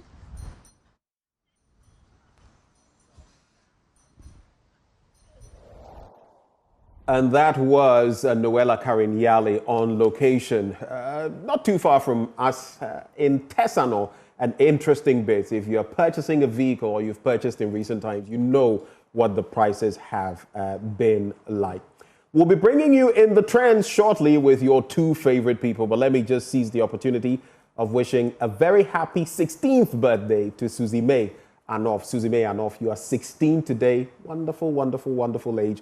We pray for you and we bless you in every way. May God shower you with his blessings. But do stay, we're taking a breather. When we return, your favorite duo, Derek Elom Ashilevi and Jacqueline Ansumaya-Boa, will be on the beat to walk us through In the Trends. What's trending? You want to find out? Stick and stay. We'll be back.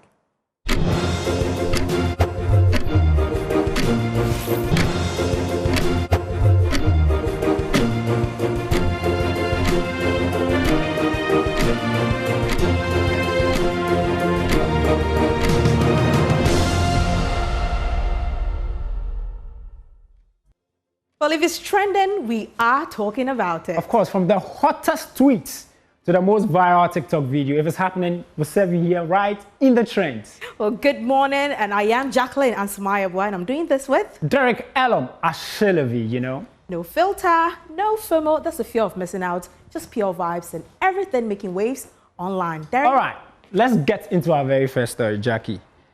Unim Red. I mean, I've seen it on social media. I've been asking myself, you watching us right now, Unim Red? Shockingly Red 225, or some people also say there's Red 250. It's a new drug that has a double dose of tramadol. Of course, this is not news. We know about the repercussions of when the boys take it. They begin to sway like a pendulum. And look, I mean, they don't fall, but it gives them this airy feeling. You know, not that I've taken it before, but I'm sure looking at the videos, it looks like they feel like they are flying. Yeah. Some sort of moment and all that. I mean, I haven't. Anyone watching this? Just a quick disclaimer, I haven't taken it, but it seems that they feel like they are flying and feeling airy and all of that. And I mean, it makes you really wonder that if the youth of Ghana are now, when Mahama is resetting, then we are also resetting our brains. I know, right? You know, Jackie, run us through the comments on this. Well, when in Red trending on social media, and let me start from Kenny Ken says that my question is, how long does this last? The ghetto is a big influence. And right? Ras Otunfo says that, fine gentlemen, Lord have mercy. And this is with all the social media videos circulating with the Unim Red opioid. And Salia says that devil finds work for idle hands. Unemployment are a major concern in this country. If these folks keep themselves busy and earning good pay, they wouldn't find themselves doing drugs out of frustration. You know, yes. I think I get very sad by this.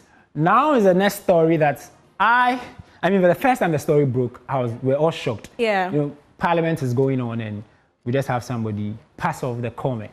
Daughter of a murderer. Shockingly. Yeah. And for this today's segment, we're going to bounce off with a guy who's got a big head for a reason, because he's got wisdom. Ben, what do you make of that particular story that Charlie, daughter of a parliament, an honorable, said that? I mean, my head is no bigger than yours. We can discuss that later. I pardon you for this one. But, I mean, it was despicable. Nothing you would want. Nothing honorable about it. We call our parliamentarians honorable, but you go calling someone daughter of a... I can't repeat that. It was sad, unfortunately. Yeah. And the speaker has given his verdict, so we'll see how it goes. Yeah, so the speaker has made everybody aware that whoever made that comment could be suspended for 9 months or probably expelled from parliament. Nana Watwa, you've gone through all of this, spent all of this money, only to be expelled from parliament because you used the comment, you know. Daughter of a murderer. Social media, of course. But let's see what social media has to say. Tyrus says that he's not fit to be an honorable, just as Ben said. Yeah. And Mama's Price said that apologies won't be accepted. He should provide the evidence. He said it's there. Wow. And Nefertiti says that, as they should, because what do you mean by daughter of a murderer? Why would you say this at Parliament? Is he serious at all? Choker. Wow. Then this comment also says that, so even if your claims are correct, must you take it upon his daughter? That was wrong. He needs to apologize to her.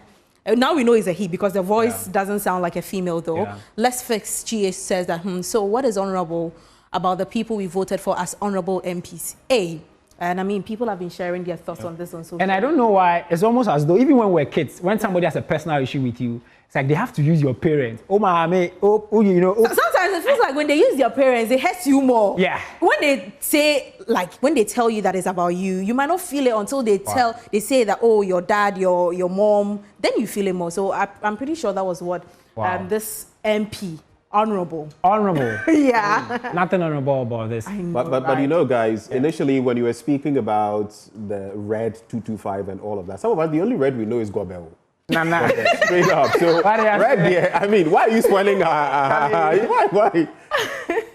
How come I didn't think of that? I mean, we didn't Ben. Until quantity so far. Okay. Early on in the week, we know about the budgets. I mean, later this week, which is tomorrow, the budget is going to, be read to Parliament by Kesia Olato Force and Honorable.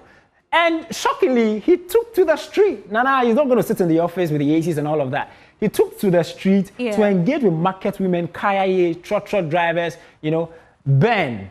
What do you think? Do you think this is even before Ben comes in, I saw my hair vendor in there. Really? And I was surprised. I was like, hey, and he was saying that the prices of things are very expensive. I'm like, this guy, I mean, the way he sells the prices of his hair. Wow. Ben, what do you have to say about Ben, is it a political marketing strategy? You would have to ask the political marketing experts, but I don't know what to call it. Macolanomics? Wow. Because Charlie, but I think the highlight for me is that he's going down into the trenches to find out what ordinary Ghanaians think. I think it's a good thing if it doesn't become a populist, agenda, right? Go feel what people at the grassroots are feeling and let that factor into the budget, but don't play politics with it. So I think some people are saying that, listen, this is mere propaganda. Is it? I cannot say.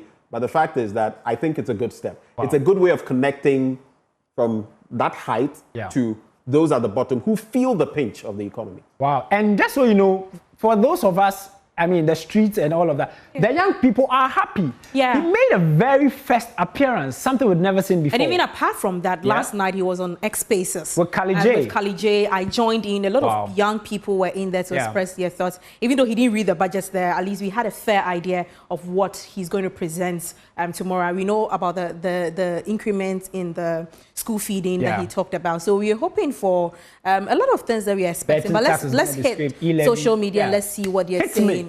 Well, Janet Butler says that these consultations are super. I hope it is. I hope what is learned is reflected in the national policy and that these consultations continue. The next comment says that, hey, Ato, in Afenyo Markin's voice, you're up to something. This is beyond the budget. Whatever you're cooking for Ghanaians, may it be beneficial to a greater number of us. And Kwesi Williams says that, please don't wait until it's time to read the budget. At least once a month, do this across the country. Let the people know you care. And, politicians can walk among its people without police or military personnel in uniform. Yes, Abruchi, Abagana. People are happy. Yeah, in the video there was no military, and I was. He was just. It looked like he was very basic. Yeah. But they went with a van, not with Vietnam, just a van. I see. Very cool. Of course, we've seen protests happening in Parliament, Ghana, I mean, recently when the veteran chaos happened, we've seen it before. With the Tema MP. Going away with the ballots during the elections and all that in Parliament. But shockingly, sir, in other parts of the world, the game is different. They play differently. And this is Serbia's Parliament. So the youth of Serbia have taken to a protest because of corruption. One of the incidents that got everybody flaming up was an incident of a train station, the roof of a train station breaking down and killing 12 people. And so the young people were like, we've had enough. We've had enough. It's not going to happen. It's not going to continue. So they took to Parliament, protested. And by the time we realized, some parliamentarians have smoke grenades. What is it? They have it in their bags. I'm really wondering. So today they are packing their documents and things. As soon as, I don't know how it's escalated into that. I mean, if our MP see this, it's over for us. I mean, Benjamin, you have been in the political, covering of elections for so long. What do you make of Serbia? And I will be called Parliament to get a bomb, smoke bomb. At this level, me crashing me. Charlie. What do I say? Levels did a thing inside. But at this point, because of our own experience, my response is simple. We watch, we don't judge. Yeah. We listen. We don't judge. We don't judge. Great. Jackie, social media, of course, I've got comments on that. The first comment says that then the Ghana parliaments know they do anything. They just fight and they don't even, it's not physical. Yeah. It's just mouth words. I can see Carlos Ahenkra doing this in Ghana. I mean, so Carlos Ahenkra is the one who ran away with the ballot. Yeah, of course, we are not here to incite violence, or we are not saying. I mean, we believe in our honourables. Yes, we believe in our honourables. So yeah, Our John Super says that don't let our leaders see this. Oh yes, they shouldn't see this video. And Mobet says that then Ghana is good. Good. And the next comment said, in all this, they forget they would also come into power, setting this as precedence. I know, right? Then Ghana will not own become a duo. Yes, I mean, Ghana is a peaceful country. Very peaceful. Very peaceful. In as much as we have most of these brouhaha, I think we find an amicable way to solve all of them. Yeah. We see our MPs who even go at each other. They are friends. They're cool, they you know? are. Yeah, great. Of course, when it happens, we'll serve you. We brought you the earlier story, the story about the NSS ghost name scandal. Yeah. At the time, the deputy director of the NSS authority, Madam Gifty Oware, was not in the country. But now, earlier this week, she was in the country. And everybody, you know how we thought they are looking for her, security and things. Everybody thought it was going to be something big. Everyone thought she was going to be arrested at the airport. Arrested at the airport. Yes. What is happening? In fact, her lawyer was on PM Express and mentioned that they had never received any letter inviting her from the NIB inviting her, you know. And so people are quite shocked. Social media definitely has a reaction. Yeah, but then according to report, before we get to social media, according to reports now, we found out on social over the weekend that she's been detained by the NIB now, and she's currently assisting with investigations. So let's head to social media. Let's see what they were saying about this. So how you work confidently when you know you can afford the best defense lawyers, drag the case for years, frustrate prosecution until the government in Percy loses power, and the government under which the misdemeanor was committed comes in office and files a nollie prosecutor. Wow. Well, it's not about her. Well, that was what Prince says. And Ria says that I hope the assets of her close relatives and husbands is under close watch. We as in 90% of Ghanaians want to know how much money is in a bank account that have been transferred before coming back to the country. And the next comment says that what are the national security waiting for? This man shouldn't be around for even 5 minutes. Wait, this man, that's a woman. That's a woman, bro. I mean, that's a woman. Social media. That's a woman. Yeah. That's a woman. Please, beautiful. That's a woman. Yeah. He, and the person goes and say he. Charlie. She is a threat to the country. Okay. Yes. Moving on to our next story. And I like this story. Because I remember my maths teacher. I'm a sway. Now, I'm a sway no back class I am through. But then this is the story of a teacher, a maths teacher who is using a very unique way of teaching kids. And his video went viral. I mean, first of all, let's listen to the video. We'll bring your comments on that. Two-sided figure. Three-sided figure.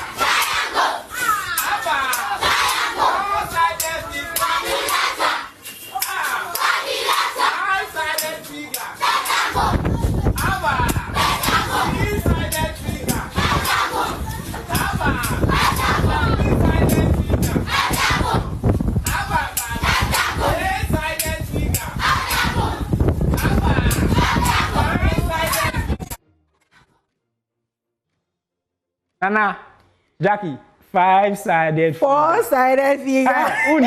Ben, 6-sided figure. Then Benjamin, hexagon. 7-sided. The head is big for a reason. Heptagon or something like that. 8-sided figure. 8. Is that an octagon? Yeah. The guy is. I think 9 is a nonagon or something. Oh, geez, the guy is flexing now. You want to see, you know. And of course, what makes the story? I mean, we're bringing it because this teacher who is doing quite well has been transferred. Everybody's wondering that, after the video went viral. I mean, and the kids were literally crying. Social media has definitely got an opinion on that. Run me through it, Jackie. Yes, so Poster Girl says that this reminds me on this particular book, Santrophy on National Service. Wow. Well, I could think the guy is a national service person. Yeah. Well, and Mama Deb says that teaching is meant to be fun, and he surely made sure the kids had lots of fun. Wow. They should do everything to make him stay. His departure will affect a lot of them. This last comment says that I nearly cried after watching this. May he go higher. So social media was reacting to this. Everyone thought that he was doing a good job out there using a song to teach these kids. Of course, they would remember them very well. Jackie, 68th Independence Day. When I was growing up, such match used to be official. Yeah. And I right. It had a cadet kind of vibe. I right? The 68 independence is taking, It has changed. I mean, I don't know where the Amapiano and everything has changed. I was like, is this what we knew when we were growing up? I mean, of course, some people also feel that Nana is making the thing a lot more exciting. Some students march, they stop at a point, then they do zomi, zo, and other things, Yeah, social media definitely has a point. Ben, when we were growing up, what do you make? You are the older generation. When you're crowd, what do you make of? What do you make of we changing the whole Sith match, which used to be very official, very formal, to now including dance? They dance to a point. They march to a point and they dance and all of that. What do you make of it, Benjamin? So actually, formal no NLC saying, NLC is saying, how did it help us? But you see, the way you talk about my age and stuff, you know the show will be done soon, and I'll have a chance to interact with you, right? But very quickly on the Gift Your Worry thing, I can't help it. The song that came to mind was Lucky Mensa. Come back to me. Wow. Anyway, she's back in town, but handing over back to you guys. What's up? How are you wrapping? Yeah, so we're wrapping up. Of course, we'll give you. Yeah, social media was actually.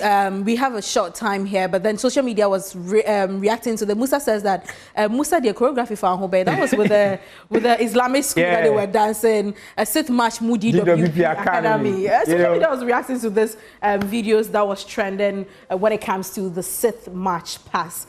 And lastly, King Charles released his playlist to commemorate the Commonwealth. And interestingly, we have Daddy Lumba song in there. Which is what? In Pim Domi. Wow. Yes. That's a big one. He's only Ghanaian. That made it on the playlist as trending on social media this morning. Great. You should also check it out. Great. Guys, this is one of my favorite thing to do on a Monday morning. And of course, it's been in the trend with me, Jacqueline, with me, Derek, with me, Derek, Ella Shilevi. I'll have to deal with this pretty lady. Jacqueline Asuma, your boy. We'll hand over to Benjamin. Ben, take it away. We'll have to investigate your prettiness and find out whether there's anything in there with Derek. But coming up next is Ghana Grows Changing Narratives, brought to you by MasterCard Foundation in collaboration with the Springboard Roadshow Foundation. You want to stick and stay? We'll be right back.